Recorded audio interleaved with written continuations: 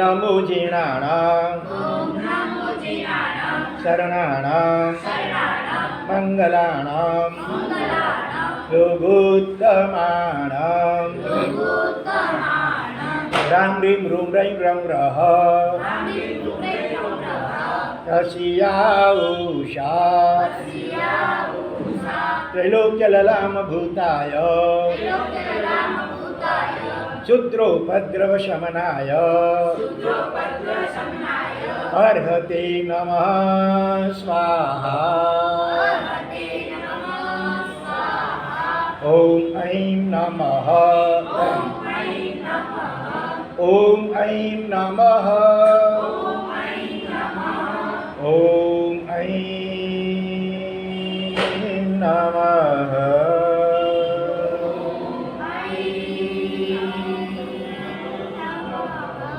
ઓમ રીમ નમો નાણસ ઓમ રીમ નમો નાણસ ઓમ રીમ નમો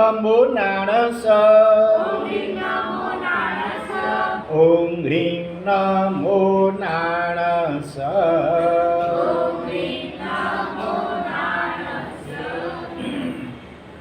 સંયોગા વિપમુક્કસ અણગારસ્ય ભિક્ષુણો નિર્ણયં પાઉ કરીસ્વામી આણુબુદ્ધિમ સુનેહમી. દિવાળી પર્વના વ્યાખ્યાનો આપણા ચાલુ છે. અગાઉ 3 પ્રવચનોમાં પુણ્યપાલ રાજાને આવેલા 8 સ્વપ્નોના ફળાદેશ સ્વરૂપે ભગવાને 5મા આરાના જે ભાવો પ્રકાશ્યા, ત્યાર પછી 5મા આરાની અંદર ભગવાનના નિર્માણ પછી શું શું થવાનું છે એનું પણ વર્ણન આવી ગયું વિસ્તારથી. 6ઠા આરાનું વર્ણન પણ આવી ગયું. 24 તીર્થંકરો, 12 ચક્રવર્તીઓ, 9 વાસુદેવ, પતિ વાસુદેવ, બલભદ્ર વગેરે કોણ કોણ થવાના છે એમના નામો વગેરે પણ આવી ગયા. અને હવે ત્યાર પછી ભગવાને 55 અધ્યાયનો જે પુણ્યના વિપાક સ્વરૂપે અને 55 અધ્યાયનો પાપના વિપાકના સ્વરૂપે જે બતાવ્યા એનો સંક્ષેપમાં સારાંશ આવ્યો. અને ત્યાર પછી હવે ભગવાને પોતાની અંતિમ દિશામાં જે 36 અધ્યાયનો પ્રકાશ્યા હતા જેનો સાર ઉત્તરાયણ સૂત્રની અંદર સંગ્રહિત કરવામાં આવ્યો છે. આજે આપણે હવે 36 અધ્યાયનો એક જ વ્યાખ્યાનના સંક્ષેપમાં સારાંશ વિચારવાનો છે. આમ તો અમે ગયા વર્ષે જ્યારે મહારાષ્ટ્રમાં હતા દીક્ષા પ્રસંગે 40 ગામમાં રોકાયા હતા, લગભગ 1 મહિનો. એ વખતે 40 દિવસ રોકાયા હતા. ત્યારે રોજ એક અધ્યાય ઉપર એક વ્યાખ્યાન, એ રીતે 36 દિવસમાં 36 વ્યાખ્યાનો થયા હતા. અને આજે આપણે હવે એક જ દિવસમાં બધા અધ્યાયનો સારાંશ વિચારવાનો છે. એટલે હવે આગળ વધીએ. સૌથી પહેલાં અધ્યાયનું નામ છે વિનય અધ્યયન. ધર્મનું મૂળ વિનય છે. એટલે સૌથી પહેલું વિનય અધ્યયન.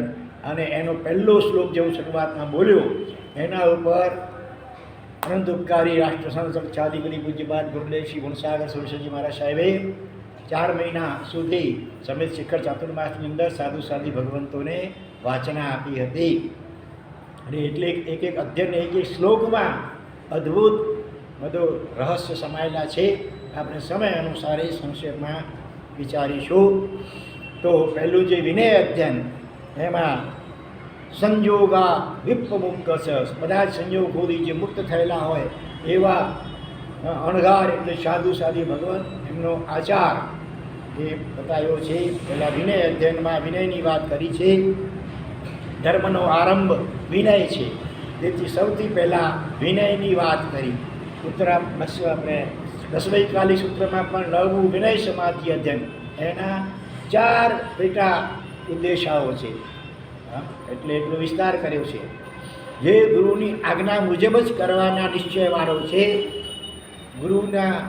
ગુરુ સેવાના ભાવથી ગુરુની સમીપમાં રહેનારો છે, અને ગુરુના ઇંગિત અને આકારને જાણીને એ મુજબ કરવા માટે જે તત્પર હોય, ચહેરાના હાવભાવ વગેરે ઉપરથી ગુરુ મહારાજને શું ગમે છે એ પ્રમાણે કરે, જે નથી ગમતું તો તે ન કરે. એ રીતે કુશળ એ ઇંગિત આકારને જાણનારો શિષ્ય તે વિનીત કહેવાય. અહીંયા અવિનીત આત્મા જે હોય એને સડેલી કૂતરી અને ગટરના ગુંડની ઉપમા આપી છે. ત્યાં તળેલી કૂતરી હોય એટલે કાન વગેરેમાં કીડા પડ્યા હોય, દુર્ગંધ મારતી હોય, તો બધે ઠેકાથી હળદું હર બધું હોય અને પોતાની ઘરમાં આવવા પણ નડે. તો એવી રીતે જે અવિનિત આત્મા હોય, ઉદ્ધત આત્મા હોય, તો એને બધા બધું ઠેકાણથી એને અપમાન વગેરે મળે, એનો જાકારો થાય. અથવા ગટરનો ભૂંડ પણ જેમ એ બધે ઠેકાણથી હળદૂત થાય, એવી રીતે અવિનિત આત્મા પણ, ચાલો આ બાજુ ધ્યાન આપો, અવિનિત આત્મા બધે ઠેકાણેથી એ હળદૂત થાય છે. એના અનુસંધાનમાં કુલવાલક મુનિનું પણ દ્રષ્ટાંત આપ્યું છે. અગાઉ આપણે વ્યાખ્યાનમાં વિગતવાર કુલવાલક મુનિનું દ્રષ્ટાંત વિચારી ગયા છે. યાદ છે કોઈને? કુલ એટલે નદીનો કિનારો અને વાલક એટલે વારનારો. તપસ્યા એવી કરી ગુરુના વચનને ખોટું પાડવા માટે, એની ચાલ ચાલગત વગેરે જોઈને અને ગુરુની આસાધનાથી અને ગુરુને મારવા માટે એને શિલા ગબડાવી હતી. તો એ બધું જોઈ કરી ગુરુએ કહ્યું હતું કે તારી આ વર્તણૂક એમ સૂચવે છે કે કદાચ તારું ભવિષ્યમાં સ્ત્રીથી પતન થાય તો નવાઈ નહીં. એ ગુરુ વચનને ખોટું પાડવા માટે જંગલમાં જઈને તપ કરવા લાગ્યો અને તપના પ્રભાવે નદીનો પ્રવાહ આખું બીજી પીછામાં વળી ગયો. આટલી તપસ્યા કરી પણ આખરે એક સ્ત્રી દ્વારા એનું પતન થયું. તો એ બધા દ્રષ્ટાંત આની અંદર આપવામાં આવ્યા છે. અને વિનીત આત્મા હોય, વિનયવાળો, એને કેટલા લાભ થાય એ બધું વર્ણન આ પહેલાં વિનય અધ્યયનમાં કરવામાં આવ્યું છે. કે આપણે દેવ અને ગુરુનો, સાધર્મિકોનો, માતા પિતા આદિ વડીલોનો, ઉપકારીઓનો બધા એનો યથાયોગ્ય રીતે મનથી, વચનથી અને કાયાથી શું કરવું જોઈએ? વિનય કરવું જોઈએ. વિનય શબ્દનો અર્થ શું થાય? વિ એટલે વિશેષ પ્રકારે, નય એટલે દૂર લઈ જાય કર્મોને, એને કહેવાય વિનય. અને ત્યાર પછી જે બીજું અધ્યયન આવે છે એનું નામ 22 પ્રકારના સાધુએ શું સહન કરવાના હોય? પરિસહ, ઠંડી, ગરમી, ભૂખ, તરસ, શ્વાસ, મચ્છર, અલાપ, સ્ત્રી, રોગ પરિસહ, સ્ત્રી પરિસહ, પ્રજ્ઞા પરિસહ, જ્ઞાન પરિસહ વગેરે વગેરે 22 પ્રકારના જે પરિસહો કર્મના ઉદય આવતા હોય જીવનમાં, તો એ જીવે સાધક આત્માએ એમાં ક્ષમતા કેળવવી જોઈએ, સહનશીલતા કેળવવી જોઈએ, જેથી કરીને ચિત્ત આત્મ ધ્યાન કે રૌદ્ર ધ્યાનમાં ફસાઈ ન જાય. મોટાભાગના પરિસહો પ્રતિકૂળ છે, એમાં 2-3 પરિસહો અનુકૂળ છે. જેમ કે સ્ત્રી પરિસહ, તો એ અનુકૂળ પરિસહ થયો. એવી રીતે પ્રજ્ઞા પરિસહ, પ્રજ્ઞા એટલે બહુ જ બુદ્ધિ જોરદાર મળી અને અહંકાર આવવાની શક્યતા હોય છે. એ વખતે એનાથી બચવા માટે પૂર્વના અને વર્તમાનમાં પણ પોતાના કરતાં અનેક ચડિયાતા બુદ્ધિશાળી મહાપુરુષો થઈ ગયા અને છે, એને યાદ કરવાથી આપણે અહંકાર ના આવે. શેરને માથે દુનિયામાં સવા છે, હંમેશા હોય જ છે. એવી રીતે સત્કાર પરિસહ એ પણ અનુકૂળ પરિસહ છે. માનપાન મળે, વાવા થાય, પ્રશંસા થાય તો એને જીવને અહંકાર આવવાની શક્યતા હોય. તો એ રીતે આ 3 જે પરિસહો છે તે અનુકૂળ પરિસહો છે, બાકીના પ્રતિકૂળ પરિસહો છે. ભૂખ, તરસ, ઠંડી. સૌથી પહેલું ભૂખનું દુઃખ એવું હોય છે કે કહેવાય છે સાપણ બિયાયેલી હોય, સાપણ કે નાગણ, બીજું કંઈ ખાવાનું ન મળે તો પોતાના બચ્ચાને ખાઈ જાય. કૂતરી માટે કે બિલાડી માટે પણ ક્યારેક આવું કહેવાય છે. તો ભૂખ પરિસહ સૌથી ખતરનાક છે. એટલે એને જીતવા માટે તપશ્ચર્યાનો સાધક આત્મા અભ્યાસ કરે. તો આવા બધા 22 પ્રકારના પરિસહનો વિગતવાર દ્રષ્ટાંત, એક પરિસહને જીતનારા મહાપુરુષોના દ્રષ્ટાંતો પણ એમાં આપેલા આવ્યા છે. અને ખાસ કરીને આર્યરક્ષિત સૂરી મહારાજે આખા પરિવારને કઈ રીતે દીક્ષિત કર્યા એનું પર વિગતવાર વર્ણન આપવામાં આવ્યું છે. અરણિક મુનિવરનું દ્રષ્ટાંત પણ આ ઉષ્ણ પરિસહ અનુસંધાનમાં આપવામાં આવ્યું છે. તો આ પરિસરનો સાર, આખા અધ્યાયનો સાર એ છે કે સાધુ સાધ્વીઓ કે શ્રાવક મોક્ષાર્થી દરેક જીવે જીવનમાં સહનશીલતાનો અભ્યાસ કરવો જોઈએ.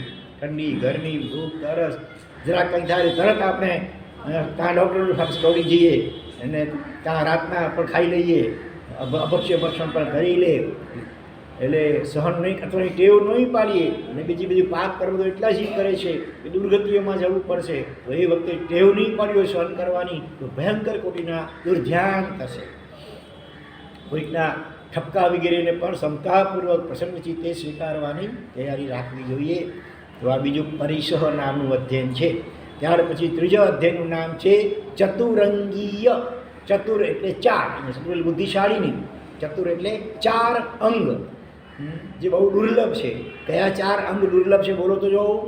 4 વાત તો ચટ્ટારી પરમંગાણી દુલ્હાણી જંતુનો માણુ સત્તમ સુઈ શ્રદ્ધા સંજવમીય વીર્યમ.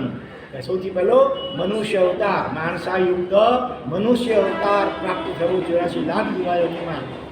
અને મોક્ષમાં ફક્ત મનુષ્ય જ જઈ શકે છે, એટલે એ સૌથી પહેલું દુર્લભ. ત્યાર પછી બીજું સુઈ. સુઈ એટલે કપડાં સાંધવાની સોય. સુઈ એટલે શ્રુતિ. શ્રુતિ એટલે શ્રવણ. શેનું શ્રવણ? જીનવાણીનું. ગુરુ મુખેથી શ્રદ્ધાપૂર્વક શ્રવણ. એ બીજી વસ્તુ દુર્લભ છે. ત્યાર પછી ત્રીજી સુઈ, પછી શ્રદ્ધા. શ્રદ્ધા એટલે શ્રદ્ધા. જીનવાણી સાંભળવાના યોગ પણ બહુ ઓછાને મળે છે. સાંભળ્યા પછી એના ઉપર શ્રદ્ધા થવી એના કરતાં દુર્લભ છે આ વિજ્ઞાન યુગની અંદર. અને શ્રદ્ધા થયા પછી પણ ચોથી દુર્લભ વસ્તુ કઈ છે? સંયમનીય વીર્યમ. એ શ્રદ્ધા થઈ એ પ્રમાણે આચરણ કરવું, સંયમ વીર્યોલ્લાસ કરવો સંયમ વગેરેના પાલન માટે, એના કરતાં પણ ઉત્તરોત્તર વધુ દુર્લભ છે. તો આ બાબતો બધી બતાવી છે. અને એની અંદર જે જીવને જીનવાની શ્રવણ કરવા માટે જવા ગુરુ પાસે જવું હોય એમાં રોકનારા 13 પ્રકારના શું કહેવાય છે? 13 કાઠિયા, અઠિયારા. નામ છે ત્રાસવાદી. અને ત્રાસવાદી ચોપડી નીકળી છે એના ઉપર 13 ત્રાસવાદીઓ, આત્માને ત્રાસમાં મારનારા, જીનવાની શ્રવણમાં અંતરાયભૂત થનારા એવા 13 કાઠિયા. ખાલી નામ બોલી જાઉં છું એના. સૌથી પહેલાં આળસ, પછી મોહ, પછી અવજ્ઞા, અહંકાર, ક્રોધ, પ્રમાદ, કૃપણતા, ભય, શોક, અજ્ઞાન, વિવિધ પ્રકારના વ્યાક્ષેપો, જગતનું કુતૂહલ અને ક્રીડા, રમતગમતમાં રમણતા આનંદ. આ 13 કારણે જીવને ધર્મ શ્રવણની રુચિ થતી નથી. અને શ્રદ્ધા એના સાંભળ્યા પછી શ્રદ્ધા કવિ દુર્લભ છે. એના અનુસંધાનમાં ભગવાનના જમાઈ કોણ? મહાવીર સ્વામી જમાલી મુનિ.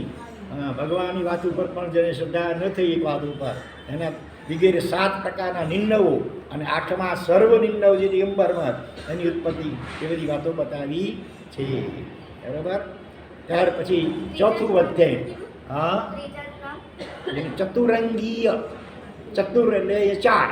ચતુર એટલે બુદ્ધિશાળી એમ નહીં ચતુર, પણ ચતુર એટલે 4. સંસ્કૃતમાં આવી ગયો ને ચતુર શબ્દ. ચતુર એટલે 4. ચત્વારઃ. ભલે. તો આ 4 દુર્લભ વસ્તુઓનું વિગતવાર વર્ણન કર્યું. ચોથું અધ્યયન છે પ્રમાદાપ્રમાદ. પ્રમાદ વત્તા અપ્રમાદ. સંધિ થઈ ગયેલી પ્રમાદાપ્રમાદ અધ્યયન. અને બીજું નામ છે અસંખયમ, એવું બીજું નામ પણ છે. એમાં માત્ર 13 ગાથાઓ છે, પણ બહુ મહત્વની છે. અને જે ઉત્તરાધન સૂત્રના જોગ કરતા હોય ને, આખું ઉત્તરાધન કોઈ ગોખે છે, કેટલોક સહયોગક્ષમ ન હોય તો આ 13મું અધ્યયન, 13 ગાથા 5મા અધ્યાયની, આ ચોથા અધ્યાયની 13 ગાથા એ ગોખી લે તો એનો 1 દિવસ ઓછો થઈ જાય, કન્સેશન મળે. એક જ દિવસમાં ગોખવું જોઈએ એ 13 ગાથા. તો જે ઉત્તરાધન સૂત્રના ટોટલ જેટલા દિવસો એમાં 1 દિવસ ઓછો કન્સેશન મળે. એમાં અઘડ દત્તનું સરસ ચરિત્ર આપણને આપવામાં આવ્યું છે. ત્યાર પછી તો જીવ એ પ્રમાદ, એક મોટામાં મોટો જીવનો શત્રુ છે. પ્રમાદના 5 પ્રકાર બતાવ્યા. મદ, 8 પ્રકારનો મદ, વિષય, કષાય, નિદ્રા અને કલહ.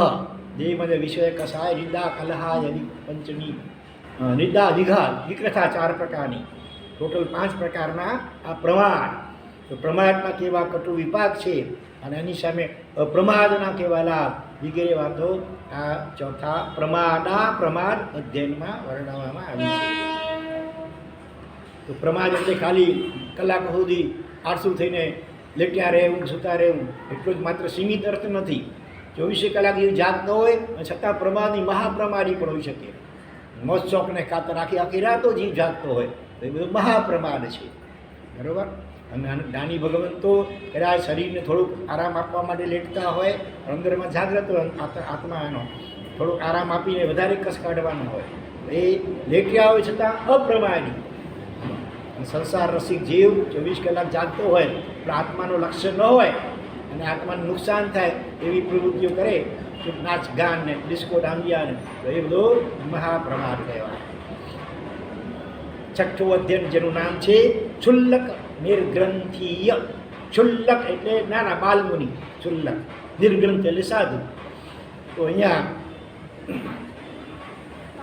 પાછું પાછું હા બરાબર નહીં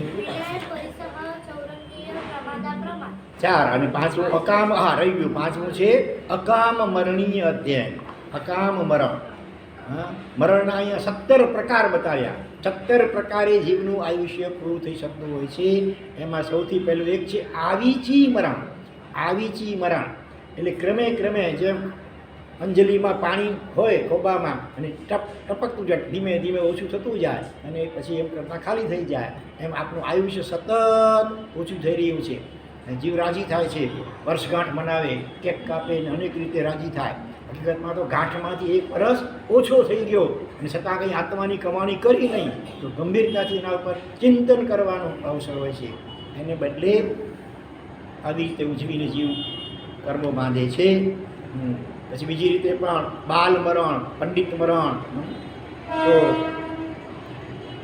તો વગર પછખાણનું મરણ કોઈ જાતની વૃત્તિ સ્વીકારી ન હોય બેફામ રીતે જીવ જીવ્યો હોય એનું બાલ મરણ કહેવાય અને ઉંમર મોટી થઈ ગઈ હોય પણ એ આત્માની રીતે બાલ્યાવસ્થામાં જ કહેવાય પછી શ્રાવકો હોય એનું બાલ દેશ વૃત્તિદારી વ્રતો સ્વીકાર્યા દેશ વૃત્તિદારી એનું બાલ પંડિત મરણ અને સાધુ ભગવંતો 5 મહાવ્રતધારી સારી રીતે એનું પાલન કર્યું તો એનું સમાધિ મરણ અથવા પંડિત મરણ કહી શકાય તો આ વગેરે બધા મરણના પ્રકારો બતાવ્યા છે તો જીવનમાં સમાધિ મરણ કેમ થાય એના ઉપર ચિંતન કરવું જોઈએ કે જિંદગી ભલે ગમે એટલો ધર્મ કર્યો હોય અંતિમ સમયે જો આર્ત ધ્યાન રૌદ્ર ધ્યાન કે દુર્ધ્યાન થઈ જાય તો એકવાર તો દુર્ગતિ જીવની થઈ જાય જો એકવાર દુર્ગતિ થાય પછી વળી પાછી સદગતિ કે મનુષ્ય ગતિ પામવી બહુ દુર્લભ થઈ પડે કારણ કે દુર્ગતિમાં મોટે ભાગે પાપો ત્યાં વધારે થાય એટલે સતત જાગૃત રહેવાની જરૂર છે હવે આવે છે છઠ્ઠો ક્ષુલ્લક નિર્ગ્રંથીય અધ્યયન નિર્ગ્રંથ એટલે ગાંઠ વગરના કપડામાં ગાંઠ ન હોય અંતરમાં રાગદ્વેષની ગાંઠ ન હોય નિર્ગ્રંથ એટલે સાધુ પણ એમાં સાધુપણું ક્ષુલ્લક એટલે બહાર પાડેલ ઉંમરથી બહાર નહીં સાધુના આચારો બરાબર પાડતો ન હોય એમાં પ્રમાદ કરતો હોય અતિચારો લગાડતો હોય તો એ ક્ષુલ્લક કહેવાય ક્ષુલ્લક નિર્ગ્રંથીય અને એના કારણે પણ જીવને અનંતી દુઃખા ભોગવવા પડતા હોય છે માટે બધા જીવો સાથે મૈત્રી રાખવી માતા પિતા વગેરે સ્વજનો એ જીવનું રક્ષણ કરી શકતા નથી તેથી સ્નેહ મુક્ત થવું સાધુ રિક્ષા લીધા પછી પોતાના સંસારી માતા પિતા કે કુટુંબીજનો એના પ્રત્યે સ્નેહ રાગથી એમને યાદ કરવા નહીં આવે એના આત્માનું કેમ કલ્યાણ થાય એ પણ જલ્દી સાધુ પૂરું પાડે એવી ભાવનાથી એમને યાદ કરવા અવસરે એ જુદી વાત છે પણ સ્નેહ ભાવથી યાદ કરવાના નહીં વગેરે વાતો એ છઠ્ઠા ક્ષુલ્લક નિર્ગ્રંથીય અધ્યયનમાં બતાવવામાં આવી છે 7મા અધ્યાયનું નામ છે ઔરબ્રિય ઉરબ્ર ઉપરથી ઔરબ્રિય ઉરબ્ર એટલે ઘેટું હા એક કોઈકના ઘરે ઘેટું પણ પાડ્યું હતું અને બીજી બાજુ ગાય અને એનું વાછરડું એને તો ઘાસ ખાવા માટે આપે અને ઘેટું જે હોય એને માલ મલિયા ખાવા માટે એનો માલિક આપતો હતો એ વાછરડું કહે છે પોતાની માને કે આવો પક્ષપાત કેમ કરે છે આપણને આવું સૂકું ઘાસ ખાવા આપે ને આને માલ મળી જાય બેટા જે છે તે બરાબર છે તો મનમાં કંઈ વિકલ્પો ન કર પછી જોઈશ એક દિવસ શું થાય છે સમજી ગયા ને એક દિવસ પછી મહેમાન આવ્યા હતા એના ઘરે ત્યારે ધારદાર છરો ઓલાએ તૈયાર કર્યો ગભરાવા લાગી વાછળ ઓરી માં કે એની ગાય કે બેટા ચિંતા ન કર તને આપણને કાંઈ થવાનું નથી જેને માલ બલીડા ખાધા ખવડાવે છે ને એટલા જ માટે કે અવસર આવી ત્યારે એને કાપી કરી અને ખવડાવશે એનું માંસ આવા બીજા પણ કાકીની અપત્ય કેરી વ્યવહાર અને સાગર અલગ અલગ આવા 5 પ્રકારના દૃષ્ટાંતથી ભરપૂર વૈરાગ્યની વાતો આ અધ્યયનમાં કરવામાં આવી છે જેમ ભિખારી કે છે 1 પૈસો મેળવવા જતાં 1000 રૂપિયા ગુમાવી બેઠો એટલે ત્યાંથી ભલે કે 1000 રૂપિયા જંગલમાંથી પસાર થવાનું હતું અને વાંસની પોલીમાં ભર્યા હતા રૂપિયા એમાંથી ક્યાંક 1 રૂપિયો વટાવ્યો હતો ને ક્યાંક એક પૈસો પડી ગયો ખવાઈ ગયો તો એને શોધવા માટે જે ઓલી 1000 રૂપિયા જેમાં હતા ને એ દાટી કરી ઝાડ નીચે ક્યાંક અને પાછો શોધવા એક પૈસો આવી શું થઈ ગયું એ શોધવા જાય છે. આ બાજુ કોઈ કે જોઈ લીધું હતું એટલે ઓલો કાઢી લીધું, બાવાના બે બગડ્યા. એટલે આ એવી રીતે જ આ દાખલો આપીને જ્ઞાનીઓ કહે છે જીવ સંસારના તુચ્છ, નાશવંત, ક્ષણભંગોર, મલિન અને કર્મબંધન કરાવનારા, દુર્ગતિમાં રખડાવનારા એવા જે 5 ઇન્દ્રિયના વિષય સુખો એની ખાતર અમૂલ્ય અણમોલ એવું સંયમ જીવન અને મહામૂલ્યું માનવ ભાવ એને હારી જાય છે. કેરીનો દાખલો પણ છે કે ખૂબ કેરી ખાવાથી વિષુચિકા જેવા રોગ, વિષુ કે ઝાડા થઈ ગયા હોય એવા રોગથી પીડાતા એક રાજાને આંબા બહુ પ્રિય હતા અને પેટ ભરીને ખૂબ ખાધું અને પછી ઝાડા વગેરે થઈ ગયા. અને વૈદ્યએ કહ્યું કે હવે તમારે કેરીની સામે પણ જોવાનું નહીં, ખાવાની પડીને સામે નહીં જોવાનું. પણ રાજા વળી ત્યાં કેરી જોવાઈને લલચાઈ ગયો અને ફરી ખાધું અને આખરે અકાળે મરી ગયો. એમ વિષય લોલુપી જીવો પણ સાંભળતો જીનવા નથી કે વિષય એ અનંત સંસારના કારણભૂત છે. ભગવાને એને ઝેર સમા કયા અને દૂર રહેવા માટે કહ્યું, છતાં જીવ જરાક વિષયના નિમિત્તો મળે અને પાછો લલચાઈ જાય છે અને આખરે ગર્ભબંધન કરી સંસારમાં રખડ્યા કરે છે વગેરે વગેરે. બીજું દૃષ્ટાંત આમાં હતું વેપારનું. વ્યવહાર એટલે વેપાર. 3 વેપારીઓ વેપાર કરવા નીકળેલા હતા. એમાંથી એક જણો હતો એ ભરપૂર કમાઈ કરીને લાવ્યો, બીજો હતો એ માત્ર નફો ન કર્યો ને નુકસાન ન કરી, ખાલી મૂળ એના પિતાએ આપી જે સાચવી રાખી. ત્રીજાએ તો નફા કરવાને બદલે જે મૂડી હતી મળી હતી એ પણ ખોઈને આવ્યો. એમ સંસારમાં જીવો પણ 3 પ્રકારના છે. આરાધક આત્માઓ આપણને જે કંઈ મનુષ્ય જન્મ અને નિરોગી શરીર, ઉત્તમ કોળ, દેવગુરુ ધર્મ સામગ્રી બધી મળી, એમાં કેટલાક આત્માઓ એ વિશિષ્ટ આરાધક આત્મા હોય તો એ નવું વિશિષ્ટ પુણ્યાનુબંધી પુણ્યની કમાણી કરે, કર્મની નિર્જરા કરીને આત્માને નિર્વળ બનાવે. બીજા કેટલાક એવા હોય કે ખાસ કોઈ વિશિષ્ટ આરાધના ન કરે ને કંઈ બહુ ખાસ પાપ પણ બહુ ન કર્યા હોય, મધ્યમ. અને ત્રીજા જીવો હોય તે વિશ્વ પાપોમાં જ રચ્યા પણ ત્યારે મહોત્સવમાં રચનોમાં અને ધર્મ પ્રત્યે બિલકુલ ઉપેક્ષા અને આળસને પ્રમાણની અરુચિ હોય એવા ત્રીજા પ્રકારના વેપારી જેવા. આ બધી વાતો આ 7મું જે ઔરભ્રીય અધ્યયન એની અંદર બતાવવામાં આવી છે. પછી 8મા અધ્યયનનું નામ છે કાપિલીય અધ્યયન. કાપિલ એટલે કપિલ, કપિલ ઉપરથી કાપિલીય થઈ ગયું છે. સ્વયંબુદ્ધ એવા કપિલ કેવલીનું દ્રષ્ટાંત છે. ભદ્રેશ્વર તીર્થની અંદર કચ્છમાં મૂળ નાયક અત્યારે ભલે મહાવીર સ્વામી છે, પણ વર્ષો પૂર્વે પહેલાં પાર્શ્વનાથ ભગવાન હતા અને એ પાર્શ્વનાથ કયા હતા? કપિલ કેવલી ભગવંતે પ્રતિષ્ઠા કરેલા.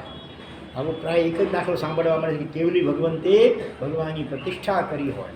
તો અત્યારે પણ છે, પણ અત્યારે ભમતીની અંદર પાછળના ભાગમાં દેરાસરમાં એ છે. દર્શન કર્યા છે?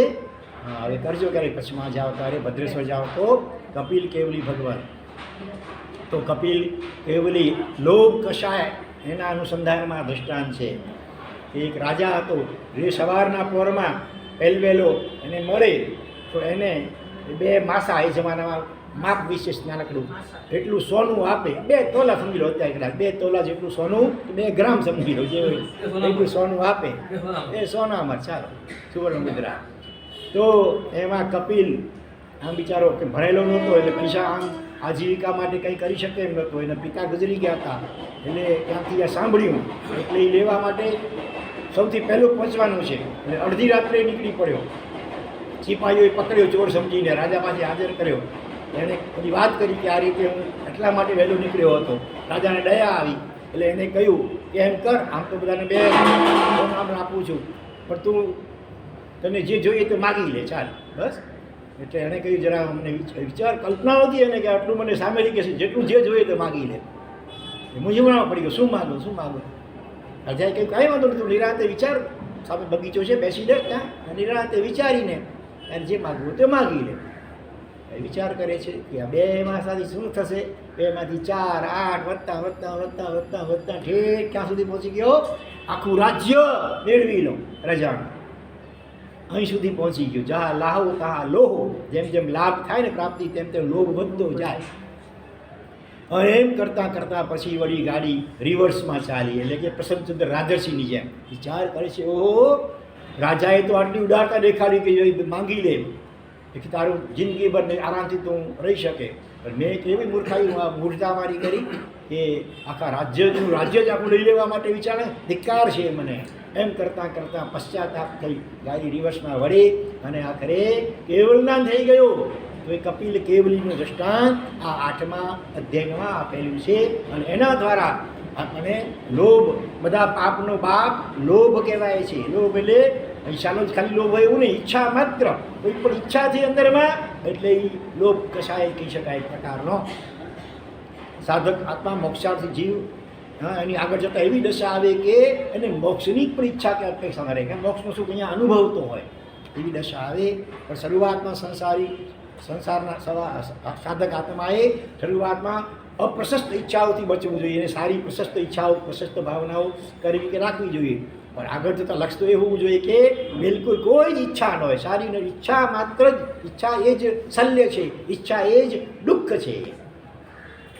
તો ઈચ્છા રહી થવાનું ભાવ રાખવો જોઈએ.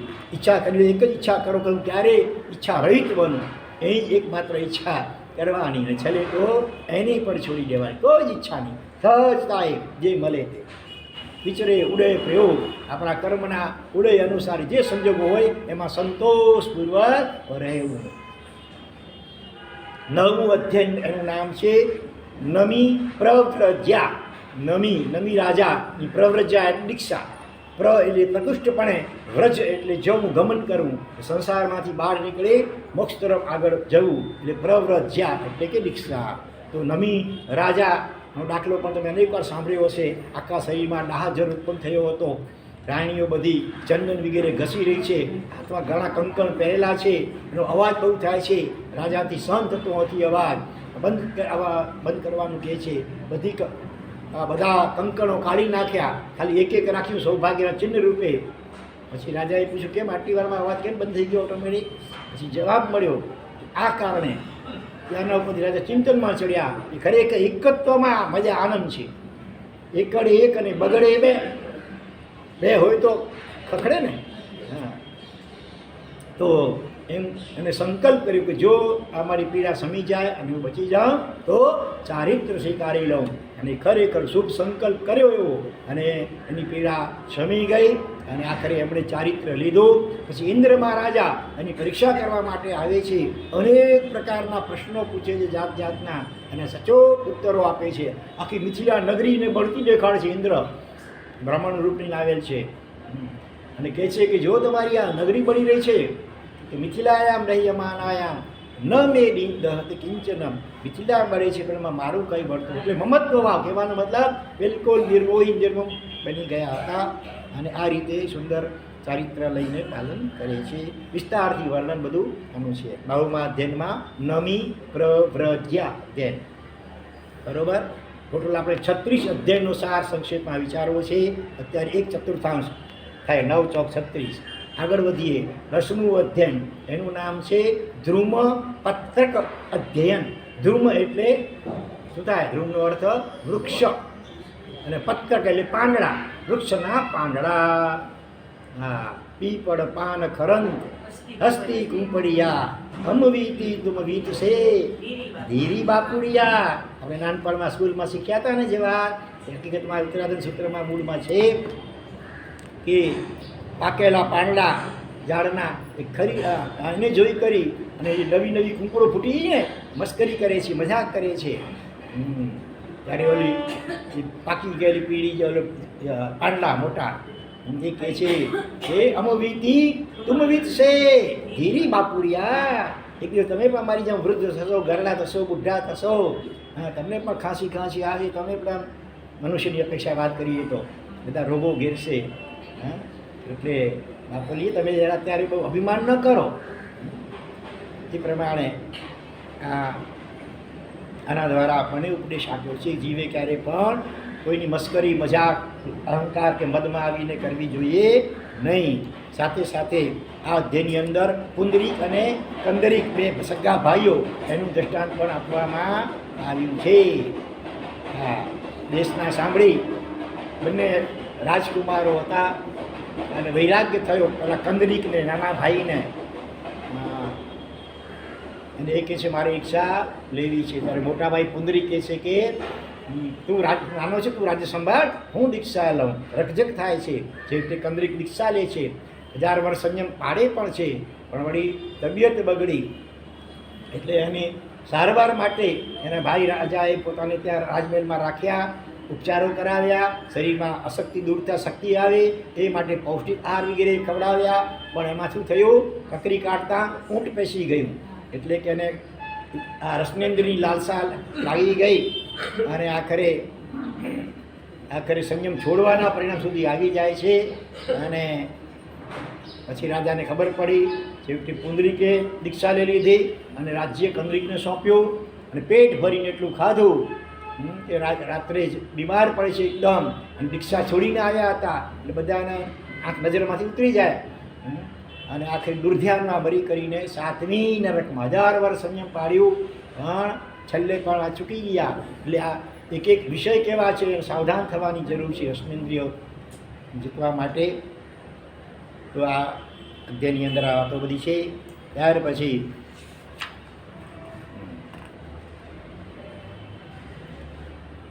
સમયમ ગોયમ મહાપમાયા એ જે આવે છે, એ ગૌતમ એક સમય માત્રનો પણ પ્રમાણ કરવા જેવો નથી.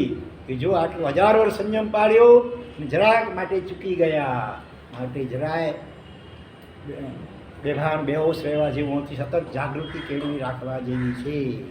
ત્યાર પછી 11મું અધ્યાય ઉત્તરાધન સૂત્રનું, જેનું નામ છે બહુ શ્રુત પૂજા. બહુ એટલે ઘણું, શ્રુત એટલે શુદ્ધ જ્ઞાન. જેને એવા વિશિષ્ટ જે વિદ્વાન જ્ઞાની ભગવંતો હોય એમના પ્રત્યે પૂજ્ય ભાવ રાખવો જોઈએ, બહુમાન કરવું જોઈએ, વિનય કરવો જોઈએ. તો આપણને પણ એની કૃપા પણ મળે અને એના દ્વારા આપણા પણ જ્ઞાનાવન્ય કર્મનો ક્ષયોક્ષમ થાય અને જ્ઞાન આપણને પણ મળે.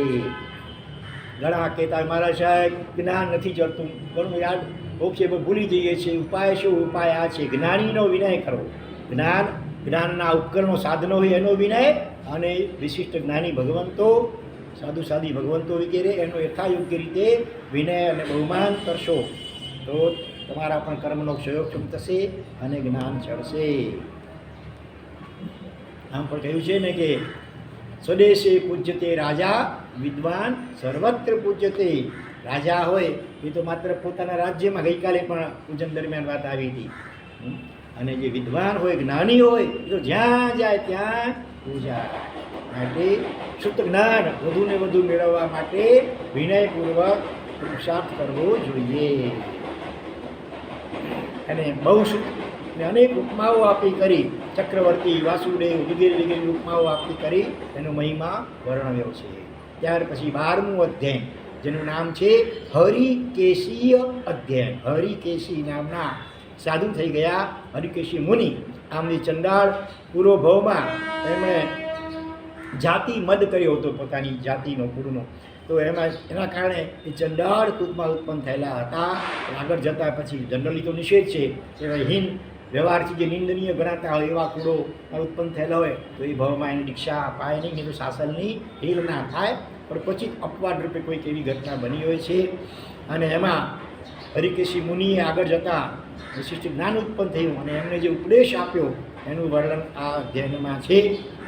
તિંડુક નામનો યક્ષ એ આ મુનિરાજનું સાનિધ્ય કહે. ભલે હીન કુળમાં ઉત્પન્ન થયેલા હતા પણ છતાં સાધના જબરજસ્ત જોરદાર કરી, એના કારણે તપસ્યા કરી, એના કારણે યક્ષ પણ એમને સહાય કરે છે, એનું સાનિધ્ય કરે છે.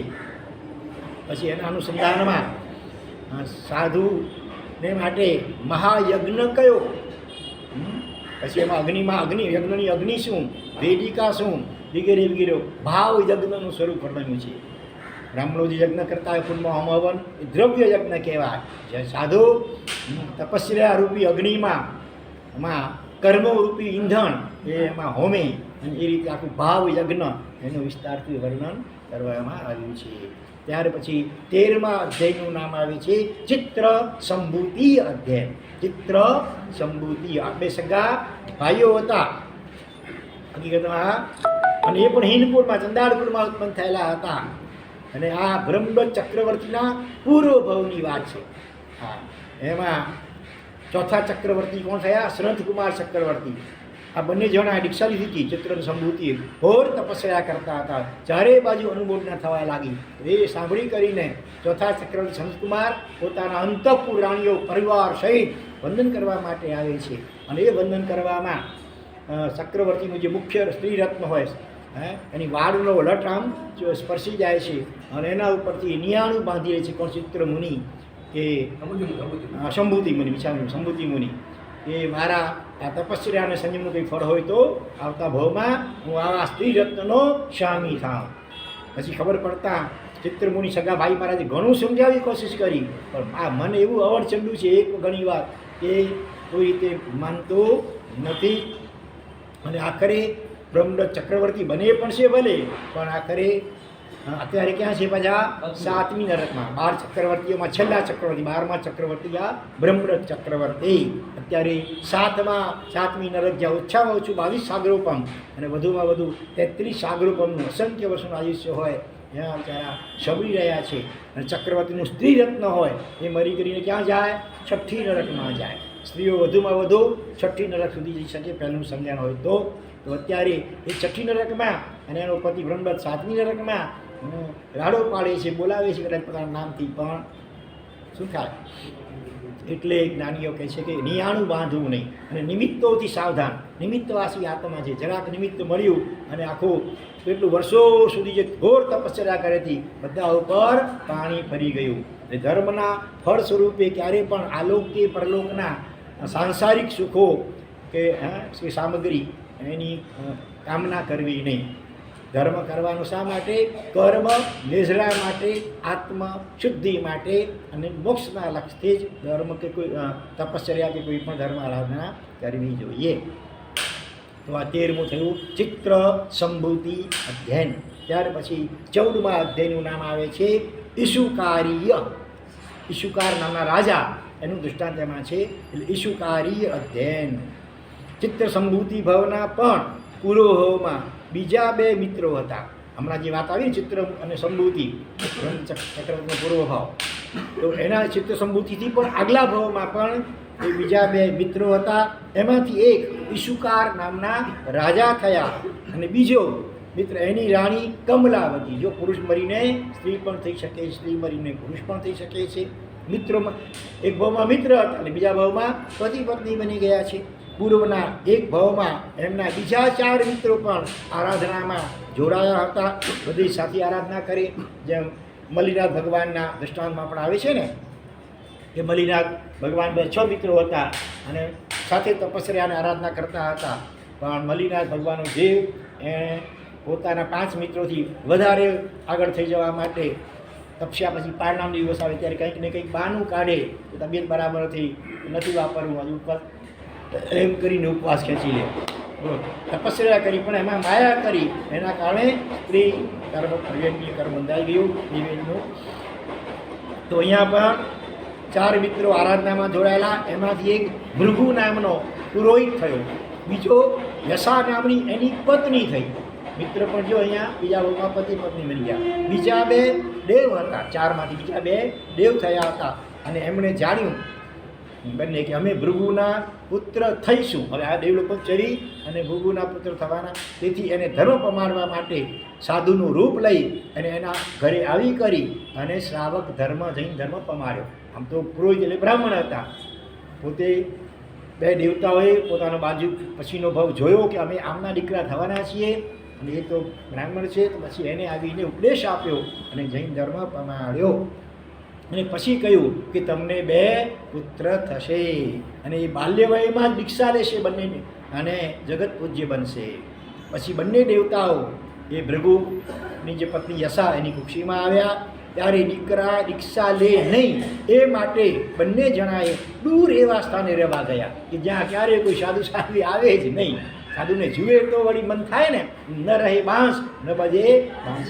અજ્ઞાન દશા અને મોહ દશા જીવને કેવા કેવા પગલાં ભરાવે છે જુઓ. જન્મેલા બંને દીકરાઓને પણ પછી મને સાધુઓ વિરુદ્ધ કાન બંબેલ નહીં કરી. શું કર્યું કે સફેદ કપડાવાળા છે ને એ તો રાક્ષસ હોય છે. આજે જેમ રાજસ્થાનમાં અનુપ મંડળ છે, એ પણ જૈનો વિરુદ્ધ એકદમ ઝેર રોકે છે, એકદમ સાવ આવી બધી વાતો કરે. કે જૈન સાધુઓ વરસાદને બાંધી લે છે. આ કોરોના ફેલાયો છે ને એ પણ જૈન સાધુઓના કારણે એ લોકો ત્યાં બરમુડા ત્રિકોણ કહેવાય છે ને ત્યાં ગુપ્ત સમુદ્રમાં ઠેકાણે ત્યાં એની લોકોની લેબોરેટરી છે ગુપ્ત રીતે, અને ત્યાં બધા આવા વાયરસ ઉત્પન્ન કરે છે અને આ બીમારી ફેલાવે છે. આવી ચિત્ર ઢંગધડા વગરની વાતો જૈન સંઘ અને જૈન શાસન અને જૈનો વિરુદ્ધ એ બિંદાસ આમ બોલે છે, છપાવે છે. એનો વિરોધ પણ ઘણો થાય છે, પણ છતાં એ ગણકારતા પણ નથી પાછા. અને કેટલાય સાધુને મારી નાખવા માટે એક્સિડન્ટ રસ્તામાં આવ્યા છે ને, એમાં કેટલાક તો આવા જાણી બુજીને કરાયેલા એક્સિડન્ટો હોય છે. તો અહીંયા પણ સફેદ કપડાવાળા તો રાક્ષસ હોય છે, જેઓ તો માંસ ખાય, એને બાળકનું માંસ ખૂબ ભાવે, મને ભૂલે ચૂકે દેખાય ને તો ભાગી જવું, નજીકમાં જવું નહીં. આવી રીતે કાન ભંભેલી કરી અને બંને જણા 8 વર્ષના થયા અને કોઈક રીતે ક્યાંક મુનિ દેખાઈ ગયા. મુનિએ જોયા અને તો ભયભીત થઈને ઝાડ ઉપર ચડી ગયા જી બચાવવા માટે. અને કુદરતી મુનિઓ પણ બિહારમાં છે, અને ત્યાં ઝાડ નીચે આવીને જે બીજા ગામમાંથી ગોતરી આવ્યા છે વાપરવા માટે બેઠા છે. બંને પછી ઉપરથી જોઈ રહ્યા છે બંને જણા, અરે આ તો માંસ નથી, આ તો લુકું સૂકો આહાર છે, સાદો સીધો સિમ્પલ લુકું આહાર છે. અને બંનેને શુભ ભાવ થયા, પૂર્વ ભાવ જોયો, જાતિ સમરણ જ્ઞાન થયું. અને પછી માતા પિતાને પણ એમણે સાચી સમજણ આપી. અને પછી 4 જણાએ રાજા રાણીને પણ પ્રતિબોધ આપ્યો. અને એ વખતે જે વાર્તાલાપ થયો છે બધો એ આ ઈશુકારી અધ્યયનમાં આવે છે. છેવટે બધા જણા સાધુ સાધી બની કરી સાધના કરી અને મોક્ષમાં ગયા. ત્યાર પછી 15મું અધ્યયન, એનું નામ છે સભિક્ષુ. સ એટલે તે સાધુ કહેવાય સાચા. એવા સુસાધુ કેવા હોય સુંદર વર્ણન કર્યું છે. અને 15મું અધ્યયન આ છે. અને 17મું એક છોડીને 17મું અધ્યયન જે આવશે એનું નામ છે પાપ શ્રમણીય અધ્યયન. સાધુપણું સ્વીકારે છતાં જો પ્રમાદ કરે, શિલાચાર સેવે તો એને પાપ સાધુ અથવા પાપી સાધુ કયા. સાચા સાધુ કેવા હોય એ સભિક્ષુ અધ્યયનમાં એનું વર્ણન આવ્યું. અને પ્રમાદી પાપી સાધુ કેવા હોય એનું વર્ણન આ 17મા અધ્યયનમાં આવે છે. દુગ્ધ દહીં વિગયો આહારે અભિક્ષણમ ન કરે તો કમમ ભાવ સમૃદ્ધિ ઉચ્ચઈ વગેરે શ્લોકો છે. એમાં કે જે યુવાન હોવા છતાં પણ દૂધ દહીં ઘી તેલ વિગયો કહી છે ને, માલ મુંડા ઉડાવે અને પ્રમાદ કરે, તપ વગેરે ન કરે તો એને પાપી સાધુ કયા. એવું ન કરવું અને સાચા સાધુ બનવું એવી પ્રેરણા આ 2 અધ્યયનના માધ્યમથી કરવામાં આવી છે. વચ્ચેમાં જે 16મું અધ્યયન રહી ગયું એનું નામ છે બ્રહ્મચર્ય સમાધિ અધ્યયન. આ અધ્યયનમાં બ્રહ્મચર્યની બધી વાળો 9 વાળો જે કહેવાય છે એમાં કોઈ બીજી ઉમેરીને ટોટલ 10 બ્રહ્મચર્ય સમાધિ સ્થાનો વર્ણવ્યા છે. એવા સ્થાનમાં રહેવું સાધુ સાધ્વીએ સ્ત્રી નપુંસક પશુ વગેરેથી રહિત હોય વગેરે વગેરે. આ કાળમાં બધું શહેરોમાં થોડુંક મુશ્કેલ હોય છે આ બધી શું કહેવાય મર્યાદાઓનું પાલન. છતાં 10મી ચંદ્રશેખર માસ્ટર કહેતા હતા કે બ્રહ્મચર્ય પાલન માટે આ 9 વાળ શાસ્ત્રમાં બતાવી છે. 10મી વાળ કઈ છે તો કે ભગવાનની વિશિષ્ટ ભક્તિ, વિતરાગ પરમાત્માની જેટલી વિશિષ્ટ ભક્તિ કરશો ને એનાથી ચિત્ત નિર્મલ બનશે અને બ્રહ્મચર્યનું પાલન સહજ બની શકશે. ત્યાર પછી 18મા અધ્યાયનું નામ છે મેં ભેગા કરી દીધા. 17મું પાપ શમણીય, 16મું 15મું તો સભિક્ષુ, 16મું બ્રહ્મચર્ય સમાધિ, 17મું છે પાપ શ્રમણીય અધ્યયન. હવે 18મું આવે છે સંયતીય અધ્યયન. એમાં સંજય નામના રાજર્ષિની કથા અથવા દ્રષ્ટાંત છે. રાજર્ષિ કોને કહેવાય? રાજા હોય ને આ પાસેથી દીક્ષા લે એને રાજર્ષિ કહેવાય. સંજય નામના રાજર્ષિનું દ્રષ્ટાંત આ 18મા સંયતીય નામના અધ્યયનમાં છે. એ ગુરુએ જે ઉપદેશ આપ્યો એને બધી ગૂંથણી આ અધ્યયનમાં છે. અન્ય ક્ષેત્રમાં મળેલા એક મહાન સાધુ નૂતન મુનિ સંજય રાજર્ષિને હિત શિક્ષા આપે છે. સંજય રાજર્ષિ રાજા હતા, દીક્ષા લીધી, પછી નવદિશિત હતા, વિહાર કરતાં કરતાં બીજા ક્ષેત્રમાં ગયા છે. ત્યાં કોઈ વિશિષ્ટ મહાન સાધુ હતા, એમણે આ નવદિશિત એવા સંજય રાજર્ષિને તથા યોગ્ય હિત શિક્ષા આપી. એમાં ક્રિયાવાદી, અક્રિયાવાદી, જ્ઞાનવાદી, વિનયવાદી, અજ્ઞાનવાદી વગેરે એકાંતવાદીઓ જે હોય એકાંત આમ જ છે વગેરે એનાથી બચવાની શિક્ષા આપી છે. ત્યાર પછી એમાં ભરત ચક્રવર્તી, સગર રાજા, સનતકુમાર ચક્રવર્તી વગેરે પણ આ સંયમ માર્ગનું કેવું સુંદર આરાધના કરી છે, એના દૃષ્ટાંતો આપી કરી અને એને યથાયોગ્ય શિક્ષા આપી. ત્યાર પછી સંજય રાજર્ષિ ઉત્તમ ચારિત્ર પાડી અને મોક્ષમાં પધાર્યા. હવે 19મું અધ્યાય, એનું 18 થયા પૂરા. ટોટલ 36 અધ્યાયનો છે ઉત્તરાર્ધ સૂત્રમાં. આપણે 50% ઉપર પહોંચ્યા છીએ, હજી બીજા 50% બાકી છે. 11મું છે મૃગાપુત્રીય અધ્યાય. મૃગા નામની જે રાણી, એનો દીકરો મૃગાપુત્ર. સુગ્રીવ નગરમાં બલભદ્ર રાજા અને મૃગા રાણી અને એમનો પુત્ર મૃગાપુત્ર તરીકે પ્રસિદ્ધ થયો. નગરમાં ગોચરીચર્યા માટે ફરતા સાધુ ભગવંતોને જોઈને એને જાતિ સ્મરણ જ્ઞાન થયું અને એને પણ ચારિત્ર લેવાના ભાવ થાય છે. પણ મોહાધીન માતા પિતા એને અટકાવે છે ત્યારે એના એવા સચોટ સામે જવાબ આપે છે. માતા પિતા કહે, બેટા દીક્ષા લેવી તો બહુ અઘરી છે, દોઢાના ચણા ચાળવા જેવું છે, રેતીના કોડિયા ફાંકવા જેવું છે, વગેરે વગેરે બધું ઉપાવ આપીને વર્ણન કરે. એની સામે સંસારમાં થોડું બધું સહેલું થોડું પડ્યું છે. હા, સાધુજીમાં 22 પરિસો સહ કરવાના હોય, લોજ કરવાના હોય, ઉઘાડ બધું વિહાર કરવાનો હોય, અંતપ્રાંત આરતી નભાવવાનું વગેરે વગેરે. માતા પિતા સંયમ જીવનની એને કઠિનાઈ દુષ્કરતા બતાવે છે. જોકે સમજુ માતા પિતા હોય તો સંયમ જીવનના લાભ ફાયદા મહત્વ સમજાવવું જોઈએ. અજ્ઞાની માતા પિતા હોય મોહાધીન, તો એને કોઈ પણ વસ્તુ એને કોઈ પણ રીતે દરેક ચીજના બે પાસા હોય. તો મોહાધીન અજ્ઞાની માતા પિતા જે કઠિન કંઈ બતાવે પણ સામે કેવા ફાયદા આલોકમાં અને પરલોકમાં એ વર્ણન ન કરે. આલોકમાં પણ કેવું નિશ્ચિંત એકદમ જીવન છે અને કોઈ પાપ ન કરો, નિષ્પાપ જીવન છે. જીવનમાં સાચી શાંતિ, પ્રસન્નતા, આનંદ પણ એનાથી મળે. મૃત્યુમાં સમાધિ, પરલોકમાં સદગતિ, અલ્પભવોમાં મુક્તિ મળે. આ બધા લાભ પણ વર્ણવવા જોઈએ. એ ન વર્ણવે અને સાધુ જીવનમાં મુશ્કેલી કઠિનાઈઓ શું છે એ બધું વર્ણવે, એમ કરીને એના પરિણામને પાડી નાખવા પ્રયત્ન કરે. પણ સામે એવા કોઈ હળું કરીને આત્મા હોય, પૂર્વજન્મ સંસ્કારી આત્મા મૃગાપુત્ર જેવા કે માતા પિતાને પ્રત્યેક દલીલોના સચોટ દૃષ્ટાંત આપે છે. એમાં આપણે ખાસ કરીને નરકમાં આ જીવે કેવી ભયંકર વેદનાઓ સહન કરી છે.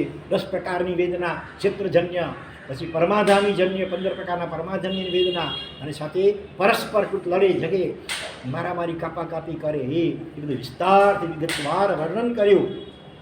એ સાંભળતા કે વાંચતા પણ આમ કંપી જવાય ખરેખર. અને પાપ શબ્દથી પણ નફરત થઈ જાય.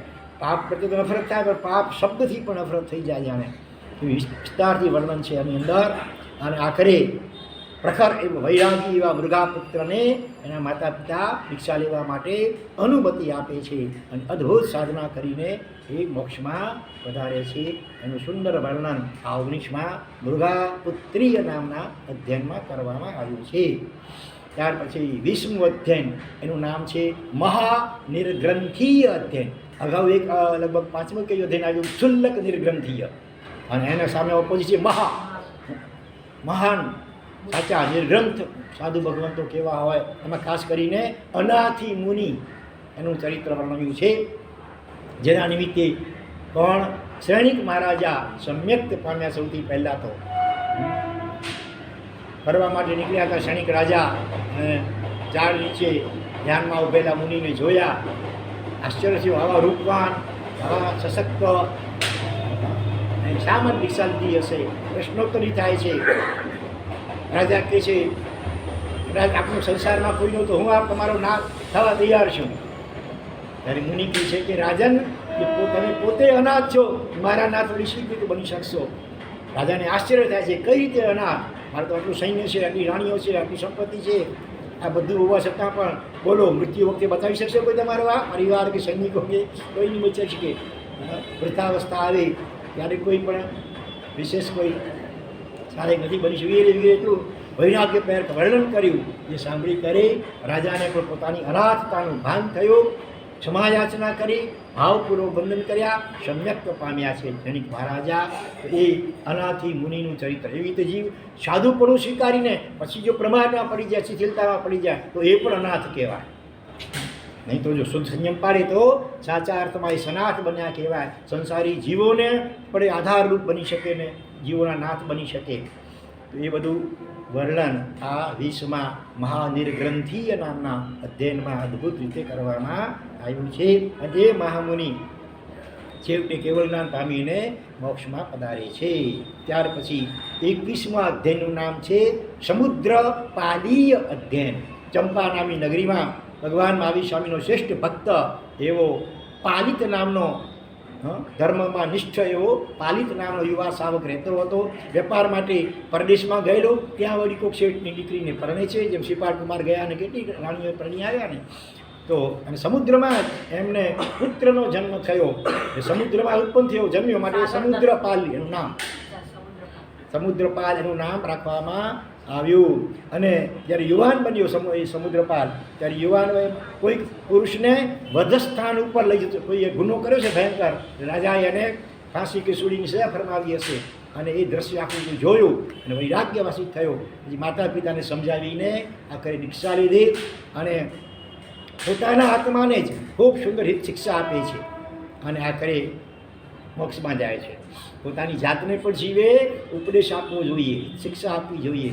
એ જીવ તારે સંસારમાં કેટલું રખડવું છે, હજી અનંતકાળ ભટક્યો તોય તને હજી થાક નથી લાગતો, હજી પણ આટલો પ્રમાદ કરે છે, તારું પરલોકમાં શું થશે વિચાર તો કર. એવી રીતે પોતાની જાતને પણ અવસરે અવસરે જીવે શિક્ષા આપવી જોઈએ. ત્યાર પછી 22મું અધ્યાય, એનું નામ છે રથનેમી અધ્યાય. રથનેમી કોણ હતા? ભગવાન નેમિનાથના નાના ભાઈ હતા. અને આગળ જતાં એમણે પણ દીક્ષા લીધી હતી. અને એક વખત ભગવાનની દેશના સાંભળીને રાજીમતી સાધ્વીજી જ્યારે પાછા ફરતા હતા, ઓચિંતો વરસાદ પડ્યો રસ્તામાં અને થોડા ભીંજાયા, એટલે ગુફા મળી, એમાં પ્રવેશે છે કપડાં સુકાવવા માટે. ત્યાં ધ્યાનમાં ઊભા હતા. રથનેમી ચલાયમાન થાય છે અને એમે રાજીમતી કેવું જોરદાર આમ શબ્દના ચાપખાટ લગાવી હિત શિક્ષા આપે છે. અને આખરે એ પણ સંયમમાં એકદમ સ્થિર થઈ જાય છે. પ્રાયશ્ચિત સ્વીકારી કરી, સુંદર સાધના કરી અને મોક્ષમાં જાય છે. એટલે જુઓ, ચરમ શરીર હતા રથનેમી. નેમી આબાલ બ્રહ્મચારી નેમિના ભગવાનના સગા ભાઈ હતા. એક ભાવમાં મોક્ષમાં જનારા હતા, છતાં નિમિત્તવાસી આત્મા છે. નિમિત્ત મળ્યું તો મન ડોલાયમાન થઈ ગયું. આ તો સારું થયું, રાજીમતી એમને સુંદર શબ્દોના ચાપખા લગાવ્યા. અને એટલી એમની પણ પોતાની મહાનતા, નહીં તો મોહાંત બની જાય છે તો પછી કોઈને ગણકારે પણ નહીં. તો આ બધું વર્ણન આમાં રથનેમી અધ્યયનમાં 22મા અધ્યયનમાં, 22મા ભગવાન નેમિના, અને અધ્યયનનું નામ પણ છે રથનેમી અધ્યયન. હા, ઉપર શત્રુ ગિરિરાજ ઉપર, આપણે ગિરનાર તીર્થ ઉપર, એની ઉપર છે. ત્યાર પછી 23મા અધ્યાયનું નામ છે કેસી ગૌતમી અધ્યાય. કેસી કોણ હતા? પાર્શનાથ ભગવાનના ગણધર ભગવાન હતા. અને ગૌતમ સ્વામી તો મહાવીર સ્વામીના હતા. એને પછી કેટલું માતૃ હતું? નેમિના આપણે પાર્શનાથ મહાવીર સ્વામી 2.5 વર્ષનું માતૃ હતું. એટલે એ રીતે કુદરતી ભેગા થઈ ગયા હતા. હવે પાર્શનાથ ભગવાનના સમયમાં તો 4 મહાવ્રતો હતા, બરોબર ને? બ્રહ્મચર્ય મહાવ્રતને પેલા પરિગ્રહ નિર્મળ વ્રતમાં સમાવી લેવામાં આવતો હતો. એટલે સંખ્યાની દૃષ્ટિએ 4, પાલન તો એટલું જ કરવાનું હતું. પણ મહાવીર સ્વામી આપણે બધા વક્ર જળ એટલે એને બ્રહ્મચર્યને અલગ કરીને બતાવ્યું. 5 મહાવ્રત, 6ઠું વળી રાત્રિ ઓજણ. આમ તો એ પણ અહિંસા વ્રતમાં આવી જાય, છતાં એને અલગ કરીને કહેવું પડ્યું. એવી રીતે અત્યારે ફક્ત પહેલાંના શિલાતીર્થના સમયમાં સફેદ જીર્ણ પ્રાય વસ્ત્ર પહેરવાના આવશે. વસલા 22 સમયમાં રંગીન બહુબોલી વસ્ત્ર પણ પહેરી શકે જો દોષ જેવું જણાય તો. આ બધો આચારમાં સમાચારીમાં થોડી જે ભિન્નતા હતી ને, એટલે એ જોઈને સ્વાભાવિક છે કે કેટલાક અપરિપક્વ શિષ્યોને પ્રશ્ન થાય કે આવું કેમ? આખર તો બધા મોક્ષમાં માટે નીકળ્યા છીએ અને જૈન સાધુ છીએ, આમનું આવા કપડાં, આમના આવા કપડાં, આવું કેમ? એટલા માટે એ કેસી ગણી હતા. એ ગૌતમ સ્વામીને પોતે છણતા હતા, પણ શિષ્યો વગેરેને બીજા શ્રાવકો વગેરે બોધ થાય એ માટે આવા પ્રશ્નો કર્યા. ગૌતમ સ્વામીએ એના સચોટ પ્રત્યુત્તર આપ્યા. એ બધું સાંભળીને લોકો ઘણા પ્રતિબોધ પામ્યા. એટલું નહીં, કેસી ગણી જે અત્યારે હતા એમણે પણ મહાવીર સ્વામીના શાસન પ્રમાણે હવે પાર્શનાથ મોક્ષમાં પધારી ગયા હતા. એટલે 5 મહાવ્રત અને સફેદ જ કપડાં પહેરવા આવેથી આ બધો સમાચારીનો સ્વીકાર કર્યો. અને આપણને એમાંથી પ્રેરણા મળે છે મહાન ખરેખર કે મહાપુરુષો એક એક વાક્યતા જળવાઈ રહે શાસનમાં, એ માટે પોતાની સામાચારીનો પણ આગ્રહ રાખતા નથી હોતા. પણ કાળનો પ્રભાવ એવો છે. આવા દૃષ્ટાંતો આપણે જાણીએ, વાંચીએ, સાંભળીએ છીએ, છતાં પણ આગ્રહો છોડી શકતા, નાની નાની વાતોમાં આપણા આગ્રહો છોડી શકતા નથી. એ ખરેખર કાળનો પ્રભાવ છે. બાકી ગુરુદેવ તો અમને એવું જ માર્ગદર્શન આપ્યું છે. અને ઘણી ઠેકાણે એવા ચોમાસા કર્યા છે જ્યાં 3 સંઘ સાથે હોય. મુંબઈમાં બોરીવલીમાં, ઉદયપુરની અંદર પણ 3 સંઘ, તપાચલ, ખરતરગસ વગેરે. તો ત્યાં પછી એ રીતે દરેકની સમાચારીને યથાયોગ્ય રીતે માન અપાય એ રીતે. હે, જામનગરમાં અલગ હતું, માંડવીમાં પણ અલગ છે. પણ આમ ભલે તો બધા હોય, પણ દરેક ગચનું અલગ અલગ ઉપાસ્ય વગેરે. પણ કોઈ ઠેકાણે એવું કે ત્રણે એક જ ઉપાસ્યમાં 3 ગચ ભેગા રહીને આરાધના. હે, હા, અત્યારે આમ ભલે અત્યારે પણ વ્યાખ્યાના બધા વેલકમ છે. તો એ રીતે તિથિઓ જ્યાં હવે 2 આઠામાં આવતી હોય, કોઈકની એક દિવસે, કોઈકની બીજા દિવસે હોય, તો ત્યાં ચોદશ ને પૂનમ એ રીતે શક્ય હોય ત્યાં સુધી બંનેનો જળવાય એ રીતે કરીએ. અને સમુશ્રી વગેરે આવે આગળ પાછળ, તો એ રીતે પણ વાર્તા સૂત્ર હોય વગેરે વાંચે. અત્યારે પણ અહીંયા વિનંતીઓ આવી બેઠા ઠેકાણેથી ભરીષણમાં, તો જન્મ વાંચન ભગવાનનું કરવા માટે મહાત્માઓ ગયેલા. તો આ છે કેસી ગૌતમી અધ્યયન. ત્યાર પછી 24મું અધ્યયન, એનું નામ શું છે? તો કે પ્રવચન માતૃ અધ્યયન. પ્રવચન માતા. પ્રવચન માતા કેટલી છે?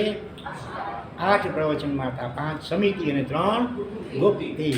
તો એનું સુંદર વર્ણન આની અંદર બતાવવામાં આવ્યું છે. ત્યાર પછી 25મું અધ્યયન, એનું નામ છે યજ્ઞીય અધ્યયન. વારાણસી નગરીમાં 2 પુરોહિત ભાઈઓ રહેતા હતા. એકનું નામ જયઘોષ, બીજાનું નામ વિજય ઘોષ. અને ગંગા નદીના કિનારે એક વખત એમને એક દ્રશ્ય, વિચિત્ર દ્રશ્ય જોવામાં આવ્યું કે એક સાપે દેડકાને પોતાના મોઢામાં પકડ્યો હતો. બરોબર, સાપે મોઢામાં દેડકાને પકડ્યો હતો. અને એ સાપને વળી પાછા કુરણ નામનું બીજું પક્ષી, એણે સાપને પકડી. જેમ ગરુડ પક્ષી છે, બાજ પક્ષી છે, એ સાપને પણ મારી નાખે, સમડી વગેરે. તો એ સાપ છે ઓલાના મોઢામાં, પક્ષીના મોઢામાં, છતાં ઓલા દેડકાને છોડતો નથી. એ બીજાઓને મારવામાં આવે, પોતે મરી રહ્યો છે તો એ પણ બીજાને મારવા પ્રયત્ન કરે છે. એવી રીતે સમુદ્રમાં પણ આવું હોય. મોટા માછલા હોય ને, એ નાના માછલાને ખાતા હોય. એ નાનું માછલું વળી એનાથી નાનાને, એ વળી એનાથી નાનાને ખાતું હોય.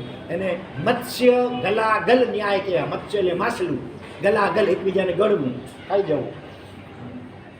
તો આ સંસારનું આવું સ્વરૂપ છે.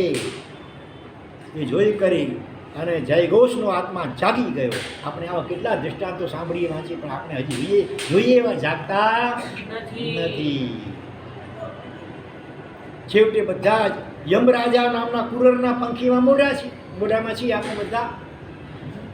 અહની ભૂતાની ગચ્છંતી યમ મંદિરમ અપરે સ્થાતુમ ઇચ્છંતી કેમ આશ્ચર્યમ પરમ. આનાથી એ કરતાં મોટું આશ્ચર્ય કઈ હોઈ શકે કે રોજ ખબર પત્રિકામાં પહેલા પાને કેટલાના ફોટા જોઈએ. હજી કોણ ક્યાં સાતરી પ્રાર્થના શું છે? સગાવાલા આપણા ગામમાં કોઈ છે? આપણા સગાવાલા છે?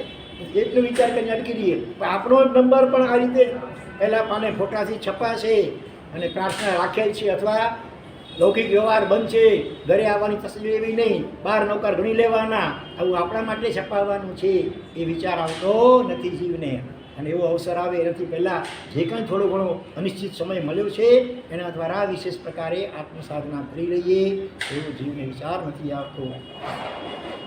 તો જયઘોષ દીક્ષા લઈ જયઘોષ મુનિ થયા અને એક ગામથી બીજે ગામ વિહાર કરતા ફરીથી પાછા એ વારાણસી નગરીમાં પધાર્યા. અને વિજયઘોષ નાના ભાઈ એણે દીક્ષાથી લીધેલી, એ યજ્ઞ કરાવતો હતો. યજ્ઞ મંડપમાં ગોચરી વરવા માટે જાય છે. ત્યાં મુનિવરને બ્રાહ્મણ પંડિતો યજ્ઞનું, વેદોનું, નક્ષત્રોનું અને ધર્મનું સ્વરૂપ પૂછે છે. તો બ્રાહ્મણ હતા જાતે. મુનિવર તેઓને ઉપદેશ આપે છે અને સમતાથી શ્રમણ. શ્રમણ કોને કહેવાય? સમતા રાખે એ શ્રમણ કહેવાય. બ્રાહ્મણ કોને કહેવાય? ખરેખરો બ્રાહ્મણ કુળમાં જન્મે માત્ર નહીં, પણ બ્રહ્મચર્યનું, બ્રહ્મ એટલે આત્મા, એની ઓળખે અનુભવે એ સાચો બ્રાહ્મણ કહેવાય. તાપસ કોને કહેવાય? તાપસ કુળમાં જન્મ્યો એટલે નથી, પણ ખરેખર સમ્યક તપ કરે 12 પ્રકારનો, એ તો એ તાપસ કહેવાય. મુનિ કોને કહેવાય? મનન કરે, આત્માનું અને પરમાત્માનું અને જગતના તત્વનું સમ્યક પ્રકારે મનન કરે અથવા મૌન ભાવમાં રહે તો મુનિ કહેવાય વગેરે વિસ્તારથી ઉપદેશ આપ્યો. એ સાંભળીને વિજય ઘોષ બ્રાહ્મણ નાનો ભાઈ એ પણ પ્રતિબોધ પામે છે અને બંને મહામુનિ આખરે મોક્ષગામી થાય છે વગેરે વર્ણન આ યજ્ઞીય નામના 25મા અધ્યાયમાં ઉત્તરાર્ધ સૂત્રમાં બતાવવામાં આવ્યું છે. ત્યાર પછી 26મું અધ્યાય, એનું નામ શું છે? સામાચારી અધ્યયન. સમ્યક આચાર, એના પછી સામાચારી શબ્દ બન્યો છે. તો કેટલા પ્રકારની સામાચારી સાધુમાં પાડવાની હોય ખબર છે? 10 પ્રકારની, 10 વિધ સામાચારી.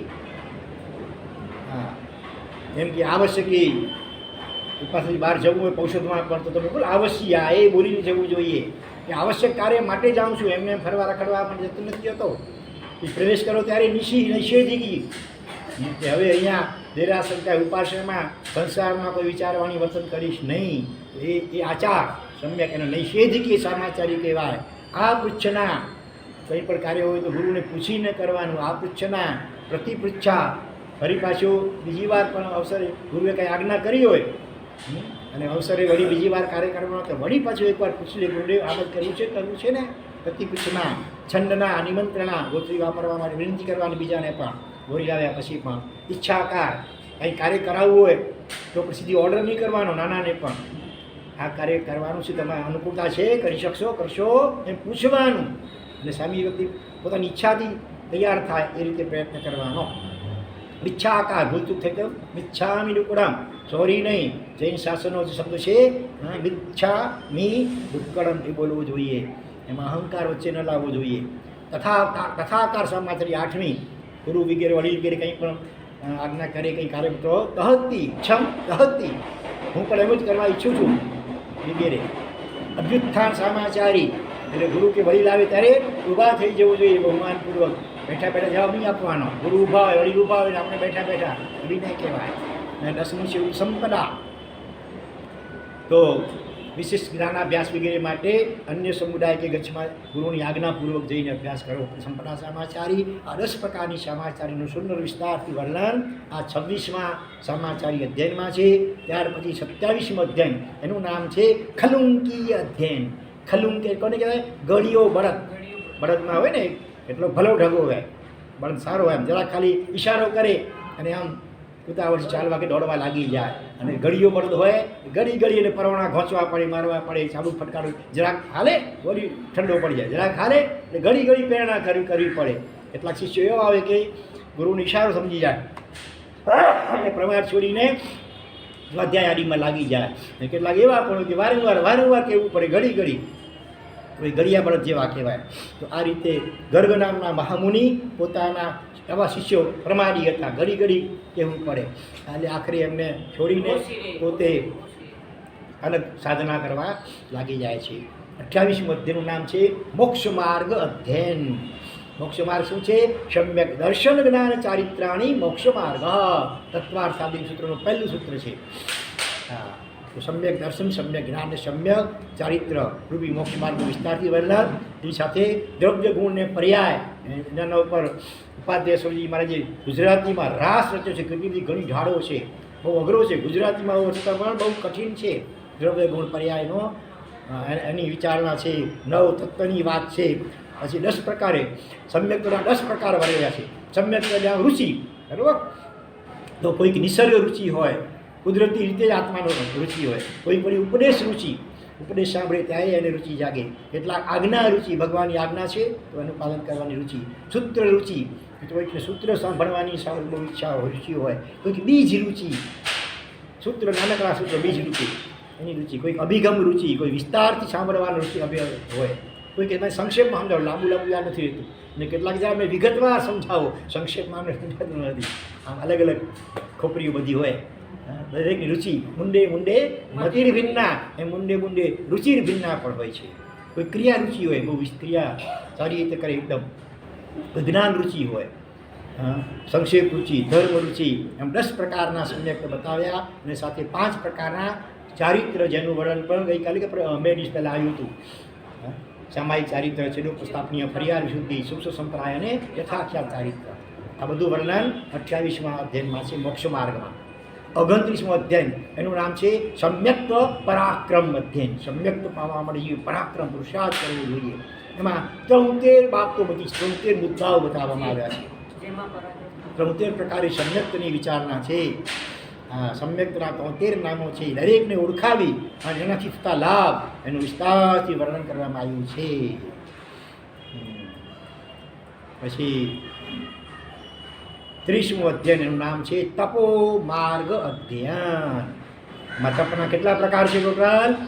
12 પ્રકાર. 6 પ્રકારનો બાહ્ય, પ્રાયશ્ચિત, વિનયની, અનશન, ઉણોદરી, આગળ બોલો, વ્યક્તિ સંશય, પ્રત્યાગ, ક્લેશ અને સંલિંગતા. 6 પ્રકાર બાહ્ય તપના. અને આભ્યંતર તપના 6 પ્રકાર કોણ બોલશે? બીજા કોઈ બોલશો? જયંતિભાઈ, બીજા કોઈ બોલશે? બોલો. નહીં, આભ્યંતર તપના 6 પ્રકાર. બીજા પેલા આંગળી ઊંચી કરે ખબર પડે કેટલાને આવડે છે? એક જ છે, એક બસ. આ બાજુ આવડે? એટલે ભૂલો પડે. ચલો ટ્રાય કરો તો. પ્રાયશ્ચિત, પછી વિનય, પછી વૈયાવચ અને સેવા, સ્વાધ્યાય, ધ્યાન અને કાયોત્સર્ગ, ઔષધ્યને કહીએ. તો આ 6 પ્રકાર થયા આભ્યંતર તપના. 6 વત્તા 6 12 પ્રકાર. આ 12 પગથિયા છે. 12 પગથિયા પસાર કરે ત્યારે અષ્ટાપદના 24 તીર્થંકરની જેમ આત્માનો અનુભવ થાય. મોક્ષ તો પછી થાય. એટલે આત્માનો અનુભવ, એને માટે આ 12 પગથિયામાંથી પસાર થવું પડે. વિસ્તારથી વર્ણન છે આમાં. ત્યાર પછી 31મો અધ્યાય ઉત્તરાધન સૂત્રનું, એનું નામ છે ચરણ વિધિ. ચરણ એટલે પગ અને ચરણ એટલે ચારિત્ર. ચરણ એટલે ચારિત્ર, એની વિધિ. કયો ચારિત્રધર સાધુ? મંડળ એટલે કે સંસારમાં નથી રહેતો. કેવું ચારિત્રનું પાલન કેવી રીતે કરવું જોઈએ, જેથી કરીને આ સંસાર પરિભ્રમણનો જલ્દી અંત આવે, એનું સુંદર વિવરણ છે. એના સાધુઓની 12 પ્રતિમાઓ અને શાવકની કેટલી પરિમાઓ? 11. એનું પણ વર્ણન કરવામાં આવ્યું છે. પરિમા, પ્રતિમા એટલે વિશિષ્ટ સંકલ્પો, અભિગ્રહો એમાં હોય. ને પરિમા એટલે મૂર્તિ નહીં. એમાં સાધુના 27 ગુણો, સિદ્ધના 8 અને 31 ગુણો, યોગ સંગ્રહ અને 33 પ્રકારની જે આસાધનાઓ જે ગુરુની સંભવિત હોય છે એનું પણ વર્ણન કરવામાં આવ્યું છે. 32મા અધ્યાયનું નામ છે પ્રમાદ અધ્યયન. અગાઉ પ્રમાદ અને અપ્રમાદ ભેગું હતું. પ્રમાદ અપ્રમાદ અધ્યયન. આનું નામ છે ફક્ત પ્રમાદ અધ્યયન. પ્રમાદનું વિસ્તારથી વર્ણન. ઈંડામાંથી પંખી અને પંખીમાંથી વળી પાછું ઈંડું, એમ તૃષ્ણામાંથી મોહની ઉત્પત્તિ ને મોહમાંથી વળી પાછી તૃષ્ણાની ઉત્પત્તિ. આમ સાયકલ ચાલ્યા જ કરે છે અનાદિકાળથી. એમાં મનગમતા શબ્દ આદિ વિષયો એ રાગના કારણ છે.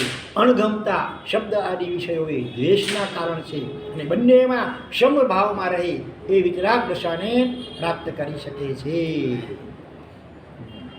હકીકતમાં અનુકૂળ કે પ્રતિકૂળ વિષયો એ કંઈ રાગ દ્વેષના મૂળ કારણ નથી. આપણા અંદરમાં આ રાગ દ્વેષના સંસ્કાર પડેલા છે. માટે મનગમતા અમુક વિષયો આવે તો રાગ થઈ જાય, અણગમતા આવે તો દ્વેષ થઈ જાય. એ જ એવા જ નિમિત્તો વિતરાગ દશામાં પામેલાને આવે સામે તો એને નથી રાગ થતો કે નથી દ્વેષ થતો. સમતામાં રહે તે વિતરાગ થાય છે. એ રીતે સમતા ઉપર ખૂબ ભાર મૂકવામાં આવ્યો છે. 33મા અધ્યાયનું નામ છે કર્મ પ્રકૃતિ અધ્યયન. કર્મના મુખ્ય કેટલા પ્રકાર? 8 પ્રકાર. અને વિસ્તાર થોડો કરીએ તો કેટલા થાય? 158. અભ્યાસ કરે છે કોઈએ? પહેલા કર્મગ્રંથમાં 158 ભેદ વગેરેનું વર્ણન છે. આમ તો કર્મ અનંત પ્રકારના, તેમાં મુખ્ય મોહનીય હણાય તે કહું પા. 8 કર્મનો સર સેનાધિપતિ કયો હોય તો મોહનીય કર્મ છે. મોહનીય કર્મના 28 પેટા પ્રકાર. મુખ્ય 2 પ્રકાર, દર્શન મોહનીય અને ચારિત્ર મોહનીય. એમાં પણ મુખ્ય કોણ છે? દર્શન મોહનીય. દર્શન એટલે દ્રષ્ટિ, આંખની દ્રષ્ટિને અંદરની સમજણ, વિવેક. સાચી દ્રષ્ટિ ખુલવા જ ન દે જીવને. સાચી સમજણ આવવા જ ન દે. હા, શરીરને જીવ આત્મા માને. આ દર્શન મોહનીયનું કારણ છે. પોતે શરીર મન વચન ક્રિયાથી ભિન્ન આત્મા છે. દર્શન મોહનીનો ઉદય હોય તો એ સમજણ આવવા ન દે અને શરીરને જ પોતાની જાત માની બેઠો હોય. એવી રીતે સંસારના કોઈ પદાર્થમાં સાચું સુખ નથી, સાચું સુખ આત્મામાં છે. પણ આ દર્શન મોરીના કારણે જીવને 5 ઇન્દ્રિયના વિષયોમાં સુખની ભ્રાંતિ થાય છે. તો આ બધું વિસ્તારથી વર્ણન કર્મ પ્રકૃતિ નામના 33મા અધ્યાયમાં આપેલું છે. 34મા અધ્યાયનું નામ છે લેસ્યા અધ્યાય. લેસ્યા કેટલા પ્રકારની લેસ્યા જેને અધ્યવસાય પણ કહેવામાં આવે છે. 6 લેસ્યાઓ, 6 એમાં 3 શુભ અને 3 અશુભ. પેલા 6 મુસાફરોના દ્રષ્ટાંતથી સમજાવવામાં આવતી હોય છે. કૃષ્ણ લેસ્યા, દિલ લેસ્યા, કાપોત લેસ્યા, પરિહરણ છોડું, તેજો લેસ્યા એમાં નથી ભલે, તેજો પદ્મન શુક્લ 3 ઉત્તરોત્તર સારી લેસ્યાઓ છે. તો કઈ લેસ્યાવાળા જીવો કઈ ગતિમાં જાય વગેરે વિસ્તારથી વર્ણન આ 34મા અધ્યાયમાં આપવામાં આવ્યું છે. જેમ કે 6 મુસાફરો હતા, રસ્તામાં ભૂખ લાગી છે, ત્યાં એક ઘટાદાર વૃક્ષ જુએ છે. વૃક્ષમાં શું હતા? જાંબુ હતા. અને એમાં જે કૃષ્ણ લેસ્યાવાળો જે હતો જીવ મુસાફર, એ શું કરે છે? ચાલો કુવાળો સાધન સાથમાં છે, કાપી નાખીએ આખા ઝાડને અને પેટ ભરીને પછી બીજબાની ઉડાવી આ જાંબુની. બીજો કાપોત લેસ્યા, કૃષ્ણ નીલ લેસ્યાવાળો જીવ શું કહે છે? આખા ઝાડને શા માટે કાપીએ? આપણે તો મોટી મોટી ડાળીઓ કાપી લઈએ તો બસ છે, બરાબર. પછી એના ત્રીજો શું કહે છે કે મોટી ડાળીઓને શા માટે કાપીએ? નાની ડાળીઓ જેમાં જાંબુ રહેલા હોય એને કાપીએ તો બસ છે. એટલે ઉત્તરોત્તર ઓછી ખરાબ. કૃષ્ણ લેસ્યા, કાપોત લેસ્યા જી હવે સારી લેસ્યા. તેજો લેસ્યાવાળો કહે છે કે ભાઈ નાની ડાળીઓને પણ શા માટે કાપીએ? આપણે ઝુમખાઓ જેમ જાંબુના ઝુમખાઓને કાપી લઈએ બસ, આખી ડાળીઓ શા માટે કાપીએ?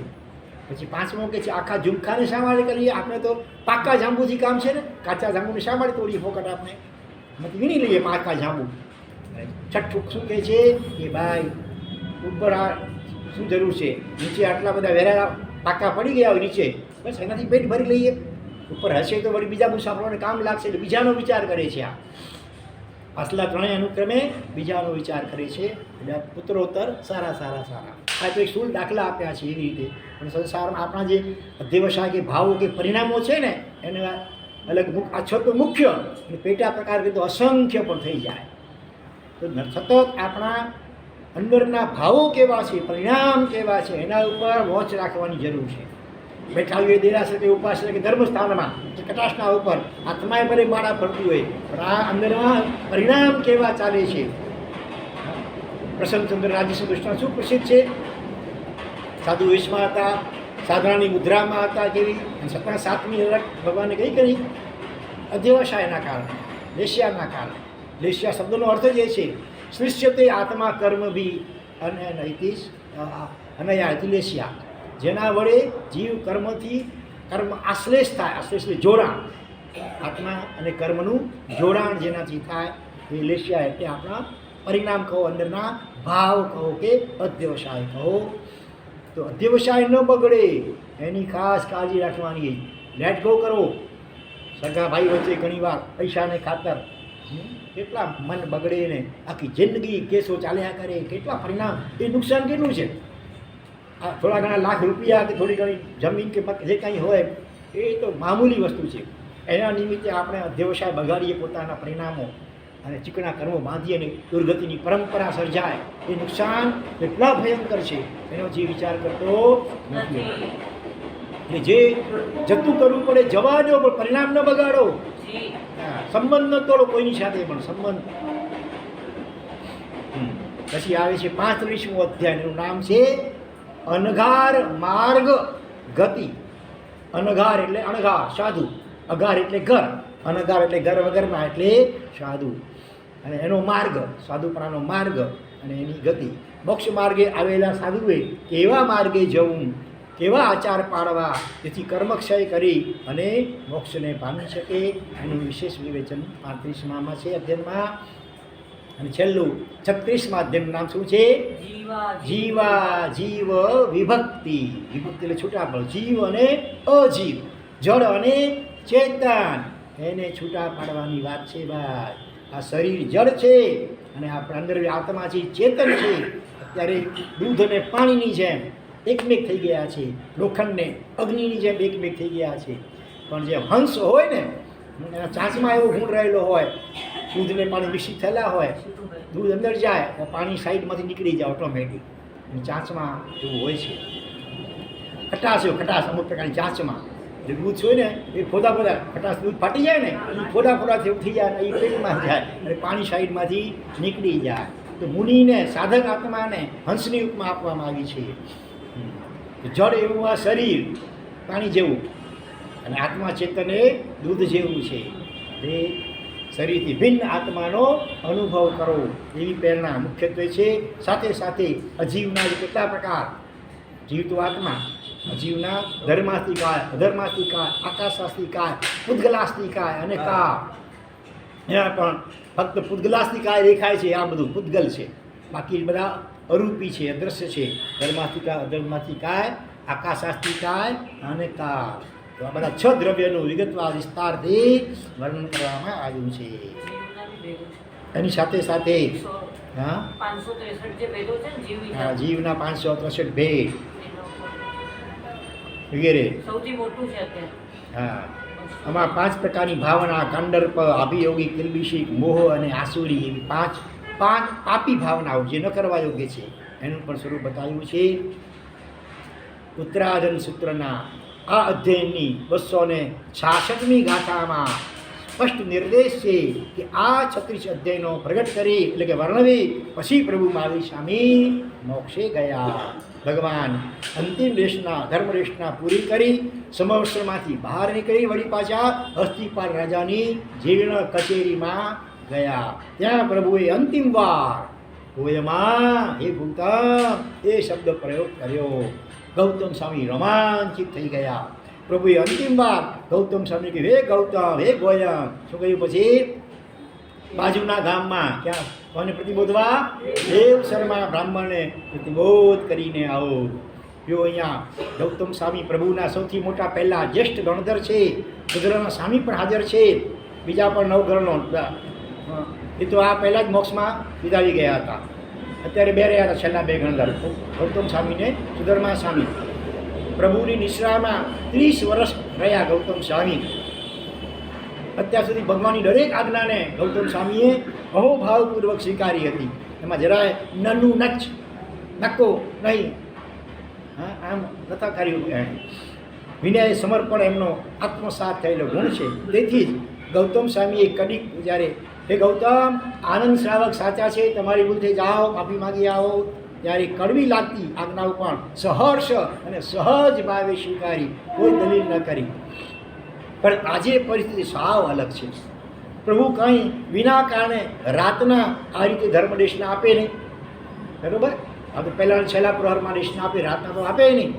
અને એમનો સમય તો ચોક્કસ છે.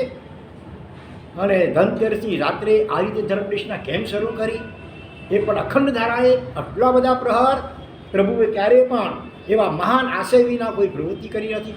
આ બધા ઉપરથી સમજીતો જાય કે હવે નિર્વાણ સમય આવ્યો છે નજીક, ભગવાન મોક્ષમાં જવાનો, એટલે આ રીતે રાતના દેશના શરૂ કરી અખંડ 48 કલાક દેશના આપી છે.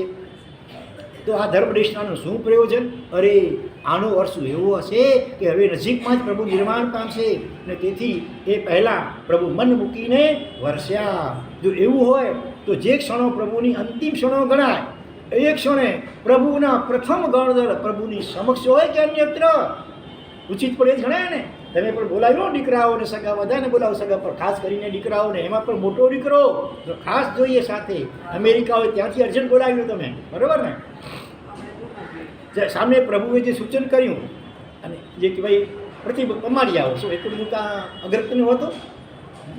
પછી પ્રતિભા પમાડી શકાય. અને આખરે પ્રતિભા પામ્યો પણ નથી. એ તો એવો ભારે કર્મી જીવ હતો, પત્ની પ્રત્યે એટલો અનહદ રાગ હતો અને મરી કરીને પત્નીના વાળમાં જૂ તરીકે ઉત્પન્ન થયો. કોણ? દેવશર્મા બ્રાહ્મણ. ભગવાન તો કેવળ બધું જાણતા હતા અને છતાં એમણે અને બીજા કોઈને પણ મોકલી શકત. ગૌતમ સ્વામીને બદલે સુધર્મા સ્વામીને કહે, બીજા કોઈ સાધુને કહે, કોઈ થઈ શકત. પણ ભગવાને આ કાંઈ ન કર્યું. આવું દેવ શર્મા તો આજે તો કાલે પ્રતિબોધ પામી, શું ફરક પડવાનો? અને દેવ શર્માને પ્રતિબોધ વધુ મહત્વનો કે પ્રભુના નિર્વાણ સમયે પ્રભુની પાસે રહેવું એ વધુ મહત્વનું? નિર્વાણ પામેલા પ્રભુ કાંઈ હવે પાછા તો આવવાના નથી. હા, પ્રભુનું દેવ શર્મા માટેનું સૂચન યાદ રાખી નિર્વાણ પછી અવશ્ય પહેલું કામ એને પ્રતિબોધનું કરીશ. ભગવાનને કહ્યું છે તો પહેલું કામ જરૂર. અત્યારે તો ભગવાનની પાસે રહું ને, ભગવાન મોક્ષમાં જઈ રહ્યા છે તો ઔચિત્ય તો આમ કરવામાં જ આપણને દેખાય છે, છતાં પ્રભુને કેવલદાનના માધ્યમે દેવ શર્માને પ્રતિબોધનું મહત્વનું કાર્ય દેખાય એ બની શકે. ભગવાનને પોતાના જ્ઞાનમાં દેખાયું શું કે ગૌતમનો મારા પ્રત્યેનો જે નિસ્સીમ સ્નેહ છે, આ સ્નેહ જ એમના કેવલદાનમાં બાધક છે, પ્રશસ્ત રાગ બને છે. હવે એ સ્નેહ છેડવા લાયક છે, તેથી જ આવી આજ્ઞા કરેલી. ખરેખર જ્ઞાનીના ઊંડા આશય એ છદ્મસ્ત કેવી રીતે સમજી શકે? ગૌતમ સ્વામી છતાં વિચારી શકે કે જો આ કાર્ય તત્કાલ કરવાનું છે તો શું એ કાર્ય બીજા ઉચિત મહાત્મા પાસે નહીં કરાવી શકાય? અત્યાર સુધી મેં કદી વિકલ્પ ઊભા કર્યા નથી, તો છેવટની ક્ષણે બીજાને આ કામ સોંપવામાં શું વાંધો છે? આથી તો દેવ શર્મા પ્રતિબોધનું કાર્ય પણ થશે અને નિર્વાણ વખતે પ્રથમ ગણતરની હાજરી પણ રહેશે. એ તો દુનિયા શું કહે છે? ગૌતમ સ્વામી જોયા ભગત મોટા, છેલ્લે સમય તો ભગવાન સાથે રહ્યા. સાચું કહું, આવી બધી વિચારણા પોતાને બુદ્ધિશાળી માનતા આપણા જેવા અધૂરા ઘોડાઓની હોઈ શકે. અધૂરો ઘોડો છલકાય ઘણો, ખાલી ચણો વાગે ઘણો. ગૌતમ સ્વામી માટે તો એક જ નિયમ છે, ગુરુના આજ્ઞા અવિચારણીય. ગુરુની આજ્ઞા થાય એના ઉપર કોઈ વિકલ્પ, બુદ્ધિ ચલાવવાની નહીં, ત્યાં બુદ્ધુ બની જવાનું, બુદ્ધિને બેર મારી દેવાની. વાત નહીં, નો તર્ક, નો અપીલ, નો દલીલ. મારા ગુરુની આજ્ઞા અંગે મારે કશો વિચાર કરવાનો હોય જ નહીં. હા, ગુરુ આજ્ઞા પ્રત્યે ગૌતમ સ્વામીએ કદી પણ જો જુદો વિચાર રાખ્યો હોત તો આપણને પરમ વિનીત તરીકેનું એમનું ઉદાહરણ મળત નહીં. આજે વિનયમાં દાખલો આપવો પહેલા નંબરમાં ગૌતમ સ્વામીનો, તો એમને અનંત લબ્ધિ વિધાન તરીકે આપણે પામી શકત નહીં. વિનય કર્યો માટેલા લબ્ધિઓ પ્રગટ થઈ હતી એના. તો એમના કરકમલથી થતી દીક્ષાઓ કેવળ જ્ઞાનનું નિમિત્ત પણ બને જ નહીં. જેને જે દીક્ષા આપે એને અલ્પ સમયમાં કેવળ જ્ઞાન. આ બધું શેનાથી થયું? પરમ વિનય થયા હતા માટે. અને આ તો લાંબુ લિસ્ટ થઈ જાય. અલંઘનીય ગુરુ આજ્ઞાને વહન કરતી વખતે ગૌતમ સ્વામીએ કદી મનમાં પણ અરુચિ રાખી નથી, મોઢું બગાડ્યું નથી. એમની એ વખતની પ્રસન્નતા દર વખતે અનિર્વચનીય જ રહી છે. ભિક્ષામી માગવા માટે મોકલાવ્યા તે વખતે મોઢું બગાડ્યું નહીં, એ સહજતા. એવી કોઈ આજ્ઞા વહન કરતી વખતે પોતાના મનને કામે લગાડ્યો નથી. માનો કે ગૌતમ સ્વામી અમન થઈ ગયા હતા, જાણે મન હોવા છતાં પણ મન રહિત જાણે બની ગયા, ચમુરસિંહ જેવા બની ગયા. તેથી જ આવા પ્રસંગોએ ઓછું આવી જવું, મોં પડી જવું. આપણે હોય તો આવું બધું કરીએ, મોં પડી જાય, મારું અવમૂલ્યાંકન થઈ રહ્યું છે એ વાતે ખોટું લાગી જવું વગેરે કશું એમને થયો નથી. હું માનું છું કે જો આપણે ગૌતમ સ્વામી જેવા શિષ્ય થઈશું તો જ આપણે ગૌતમ સ્વામી જેવા ખાલી જગ્યા થઈ શકીશું. બે અક્ષરનો શબ્દ અઘરો છે. ફરીથી હું માનું છું જો આપણે ગૌતમ સ્વામી જેવા શિષ્ય થઈશું તો જ આપણે ગૌતમ સ્વામી જેવા ગુરુ થઈ શકશું. પહેલાં સાચા શિષ્ય બનીશું તો જ સાચા ગુરુ બની શકશું. સીધા ગુરુ બનવા જઈએ તો બે ડૂબે, પછી ડૂબાણમ ડોબ્યાણ થઈ જાય. હા, તિંદાણમ તાર્યાણમ નહીં, પોતે તારી બીજાને તારી નહીં, પોતે ડૂબે ને બીજાને ડૂબાડે. તેથી જ આ ક્ષણે પણ ગૌતમ સ્વામી એ જ સહજ પ્રસન્નતાથી પ્રભુનું સાનિધ્ય છોડી દેવ શર્માને પ્રતિબોધ પમાડવા નીકળ્યા. આ ક્ષણનું દ્રશ્ય નજર સામે લાવીએ. બધા જ પ્રભુના અંતિમ શબ્દો સાંભળવા એકાકાર ઉત્પન્ન થયા છે અને પ્રભુ નિર્વાણની અતિ મહત્વની ઘટનાના સાક્ષી થઈ રહ્યા છે. ત્યારે સ્થાન છોડવાની વાત તો છોડો, પગ ઊંચા નીચા કરવા જેવી પણ ચેષ્ટા સંભાળીને બધા ચિત્ર સમા સ્થિર થયા છે. જાણે આમ ચિત્રમાં હોય ને જયા હલનચલનની, એવા બધા આમ એકી દિવસે ભગવાન સામે જોઈ રહ્યા છે ચિત્રની જેમ સ્થિર થઈને. ત્યારે જ આટલી વિશાળ સભા છોડી અને એકલાએ નીકળવાનું. બધાની નજર સારી ત્યારે પોતાના પર હોય, બધાના મનમાં તર્ક વિતર્ક હોય કે પ્રભુએ અંતિમ સમયે જ કેમ આમને દૂર કર્યા હશે. ત્યારે બધાની વીંધતી નજરો ઓળંગીને બહાર નીકળવું કેટલું બધું આકરું લાગી શકે. અહીંથી સીધા ચાલે જવું, બધાની વચમાંથી પસાર થવાનું હોય, કરોડોની સભા હોય, એમાંથી આવા સમયે એકલા જવાનું ગૌતમ સ્વામી માટે કેવું હોય ચાલો. પણ ના, જે ગૌતમ સ્વામીના મનમાં પણ કોઈ ફરક નથી. ખરેખર એમના ચરણમાં મસ્તક ઢાળી ગદગદ કંઠે વિનંતી કરવાનું મન થઈ જાય, ઓ ગૌતમ સ્વામી ક્યાં આવ્યા? ઓ ગૌતમ સ્વામી, આપનું આ દિલ, આ ભૂમિકા અમને એક અંશે તો આપો વિનયનો ગુણ. વિતરાગ પ્રભુ વીર તો મહાનતમ છે, પણ છદ્મસ્ત એવા ગૌતમ સ્વામીની પણ આ કેવી મહાનતા! ઘણાના મર્યા પછી ચક્ષુદાન વગેરે થાય છે. હે મોક્ષગામી ગૌતમ સ્વામી, આપ અમને આપના ખાલી જગ્યાનું દાન કરી અને પછી મોક્ષે જજો. ચક્ષુદાન નહીં પણ શેનું દાન? શરીરનું અંગ, હૃદય. હૃદય આ હૃદય નહીં, કાળજી એટલે ભાવ, હૃદયમાં જે ભાવ હતા. આ બાજુ ભગવાને શિક્ષા આટોપવાનું શરૂ કર્યું. હવે અંતિમ ક્ષણો, શુક્લ ધ્યાનના ત્રીજા અને ચોથા પાયા વગેરે અંતિમ કાર્યો. એક ક્ષણે જ ઇન્દ્ર ઊભા થયા. સૌધર્મેન્દ્રનો પ્રભુ વીર સાથે મને લાગે છે હવે અહીંયા આપણે રહેવા દઈએ. આજે આવતીકાલે છેલ્લો દિવસ છે, મુખ્ય દિવસ છે દિવાળીનો, અને એમાં ગૌતમ સ્વામીની વાતો હજી આવશે. આવ્યો છેલ્લે ગૌતમ સ્વામીને કેવી રીતે કેવળ જ્ઞાન થયું એ વગેરે વાતો પણ આવશે.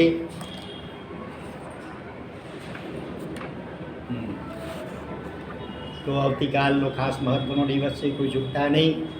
ત્યાર પછી પરમ દિવસે વહેલી સવારે મહામાંગલિક બેસતા વર્ષનું ગૌતમ સ્વામીનો રાસ, અને એની સાથે પણ વિશિષ્ટ એવા ઉત્તમ મંત્રોચ્ચાર વગેરે થશે.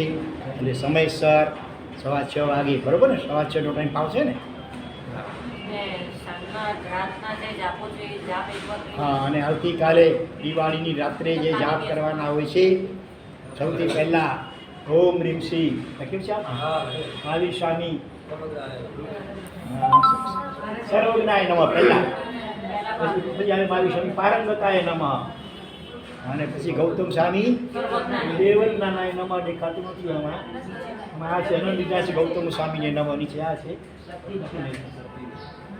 એ રીતે સમૂહમાં કરો છો કે શું કરો છો હંમેશા? અચ્છા, હકીકતમાં તો 2 દિવસ ઔષધ લેવા જોઈએ તો આજે અને કાલે, છેવટે આવતીકાલે રાત્રિ ઔષધ ખાલી.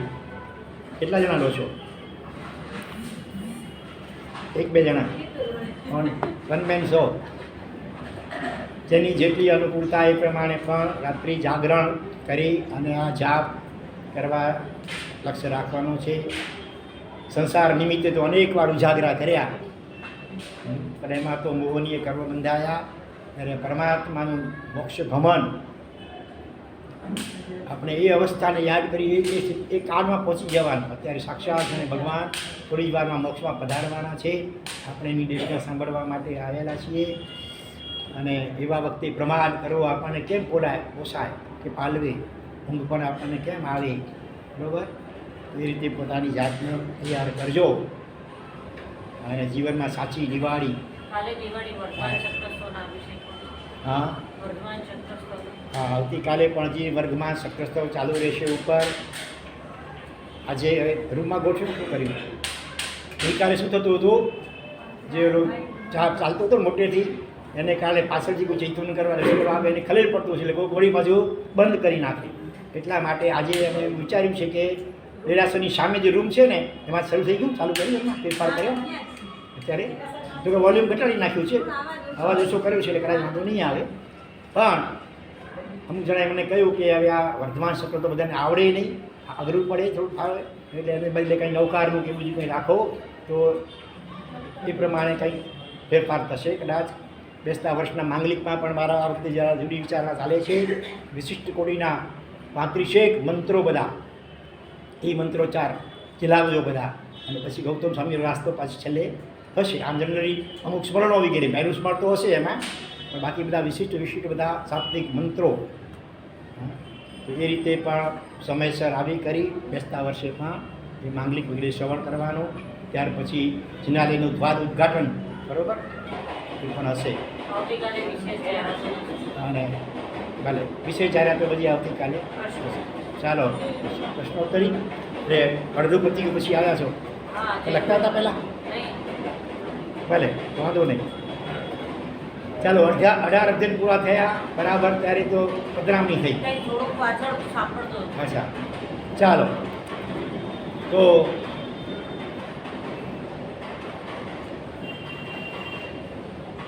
પહેલેથી રાખેલો દાદા પહેલેથી નથી.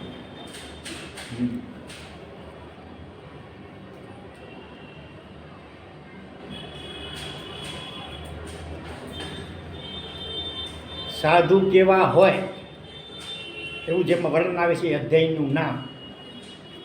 સાધુ સાચા સાધુ કેવા હોય અને સાધુ અને સાથે એનાથી ઓપોઝિટ જે અધ્યયન છે સાધુ એ કેવા ન હોવું જોઈએ એ બે અધ્યયનના નામ આવશે કોઈને નહીં ફાવે કદાચ.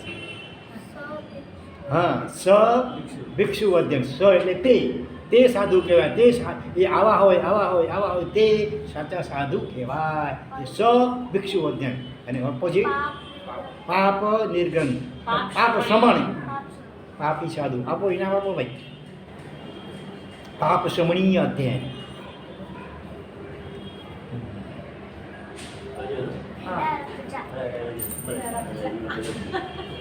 હા સામાયિકમાં છે અત્યારે. સાધુની અને શ્રાવકની કેટલી કેટલી પરિમાઓ હોય. આંકડો જોઈએ આંકડો બોલો. ધન્યવાદ. સાધુની 12 પરિમા એટલે વિશિષ્ટ અભિગ્રહો હોય છે. લેસ્યાના કુલ કેટલા પ્રકારો અને લેસ્યા માટે બીજા કયા કયા શબ્દો વપરાય છે? લેસ્યાના નામ કુલ લેસ્યાઓ કેટલી એ બધાના નામ શું છે અને લેસ્યા માટે બીજા પણ કયા શબ્દો વપરાય છે? કોણ બોલશે બોલો. હા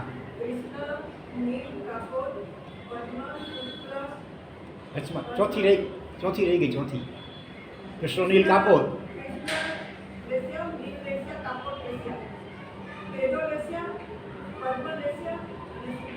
ધન્યવાદ. હવે લેસ્યા માટે બીજા કયા શબ્દો આપણે વાપરી શકીએ પર્યાયવાચક તરીકે? લેસ્યા એટલે આપણા એ તો દ્રષ્ટાંત છે ઝાડ. હા લેસ્યા કહો અથવા એને માટે બીજા શબ્દ જે પ્રસિદ્ધ શબ્દો છે આપણા અંદરના શું કહેવાય? ભાવ, પરિણામ, અધ્યવસાય. ચાલો આપો.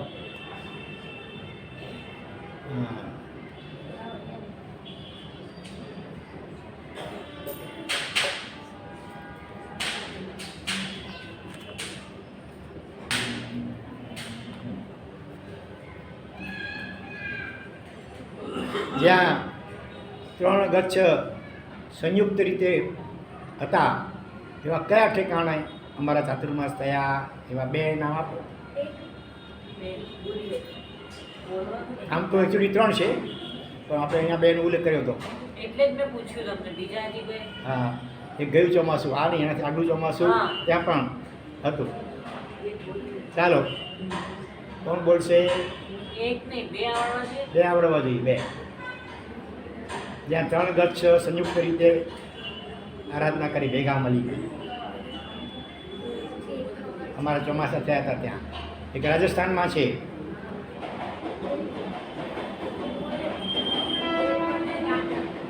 ઉદયપુર. જામનગરમાં તો અલગ હતું. પછી બીજું મુંબઈમાં ક્યાં? હારે તો પાયા નહીં. આ નહીં આ બાજુ. બોરી. જાઓ. ચાલો કેન્સલ. બધા ભેગા બોલી નાખે. બોરીવલી. અને ત્રીજું હતું છેલ્લું હમણાં લાસ્ટ ચોમાસું ક્યાં હતું તમારું ખબર છે? ધુલિયા. મહારાષ્ટ્ર. હા ત્યાં પણ સંયુક્ત છે 3 ગચ્છ ભેગા.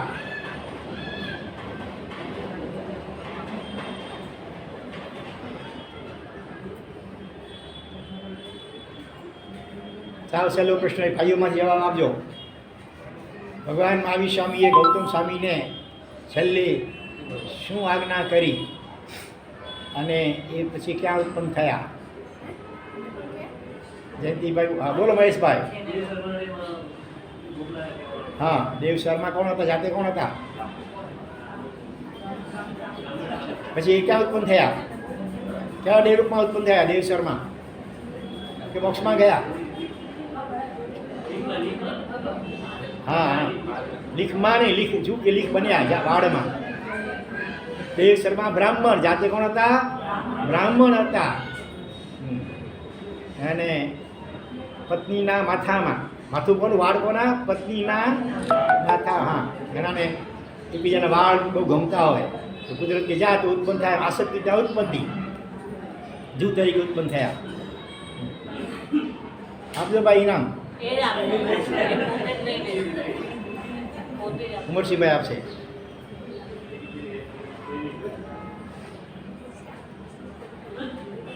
બ્રહ્મચર્યની કેટલી વાળો, અને એમાં એક નવી વાડની વાત મેં કહી હતી. આમ તો અમુક પ્રસિદ્ધ છે, એમાં એક ઓર નવી વાડ ચંદ્રશેખરજી મહારાજ સાહેબે બતાવેલી. કેટલાની યાદ છે? બોલો. શાબાશ. પ્રભુ ભક્તિ, હરિયન પરમાત્માની વિશિષ્ટ ભક્તિ એ જાણે કે 10મી વાર. આમ ટોટલ 9 વાળો હોય છે, એમાં આ 10મી વાર. વર્તમાન કાળમાં જૈન ધર્મ ઉપર કયો ગ્રુપ ઉપદ્રવ કરે છે? જૈન સાધુ સાધી ઉપર કયું ગ્રુપ? એ ગ્રુપનું નામ. ઉભા રહો. એ હા, પાછળ બોલો. અનુપ મંડળ. એ ક્યાં આવેલું છે? ગુજરાતમાં કે મહારાષ્ટ્રમાં? રાજસ્થાનમાં. ભલે આપો ઇનામ. એનું ઉદ્ગમ સ્થાન કયું છે? જાખોડા. ચાલો. દર્શનમ દે અણુ પરમાણુ શિવ બની જાઓ, આખા વિશ્વનું મંગલ થાઓ, સર્વે જીવો મોક્ષે જાઓ. ઓમ શાંતિ.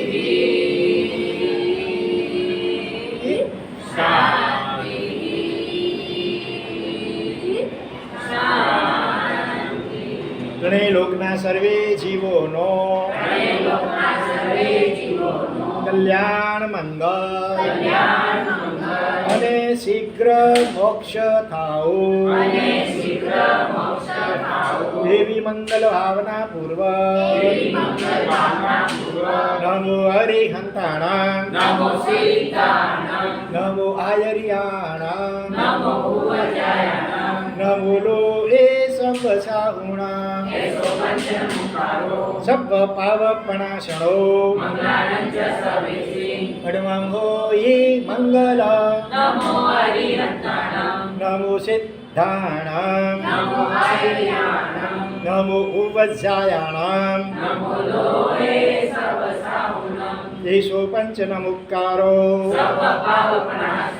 મંગલાણમ ચ સબેશી, નમો હરિહંતાણામ, નમો આયરિયાણામ, નમો લો એ સપ સાહુણામ, સબ પાવપણાસણો, હડમં હોઈ મંગલ. દીપાળી છે કોણ છે? દીપાળી બધા મજબૂત હોય. દર્શનમ દેવ દેવ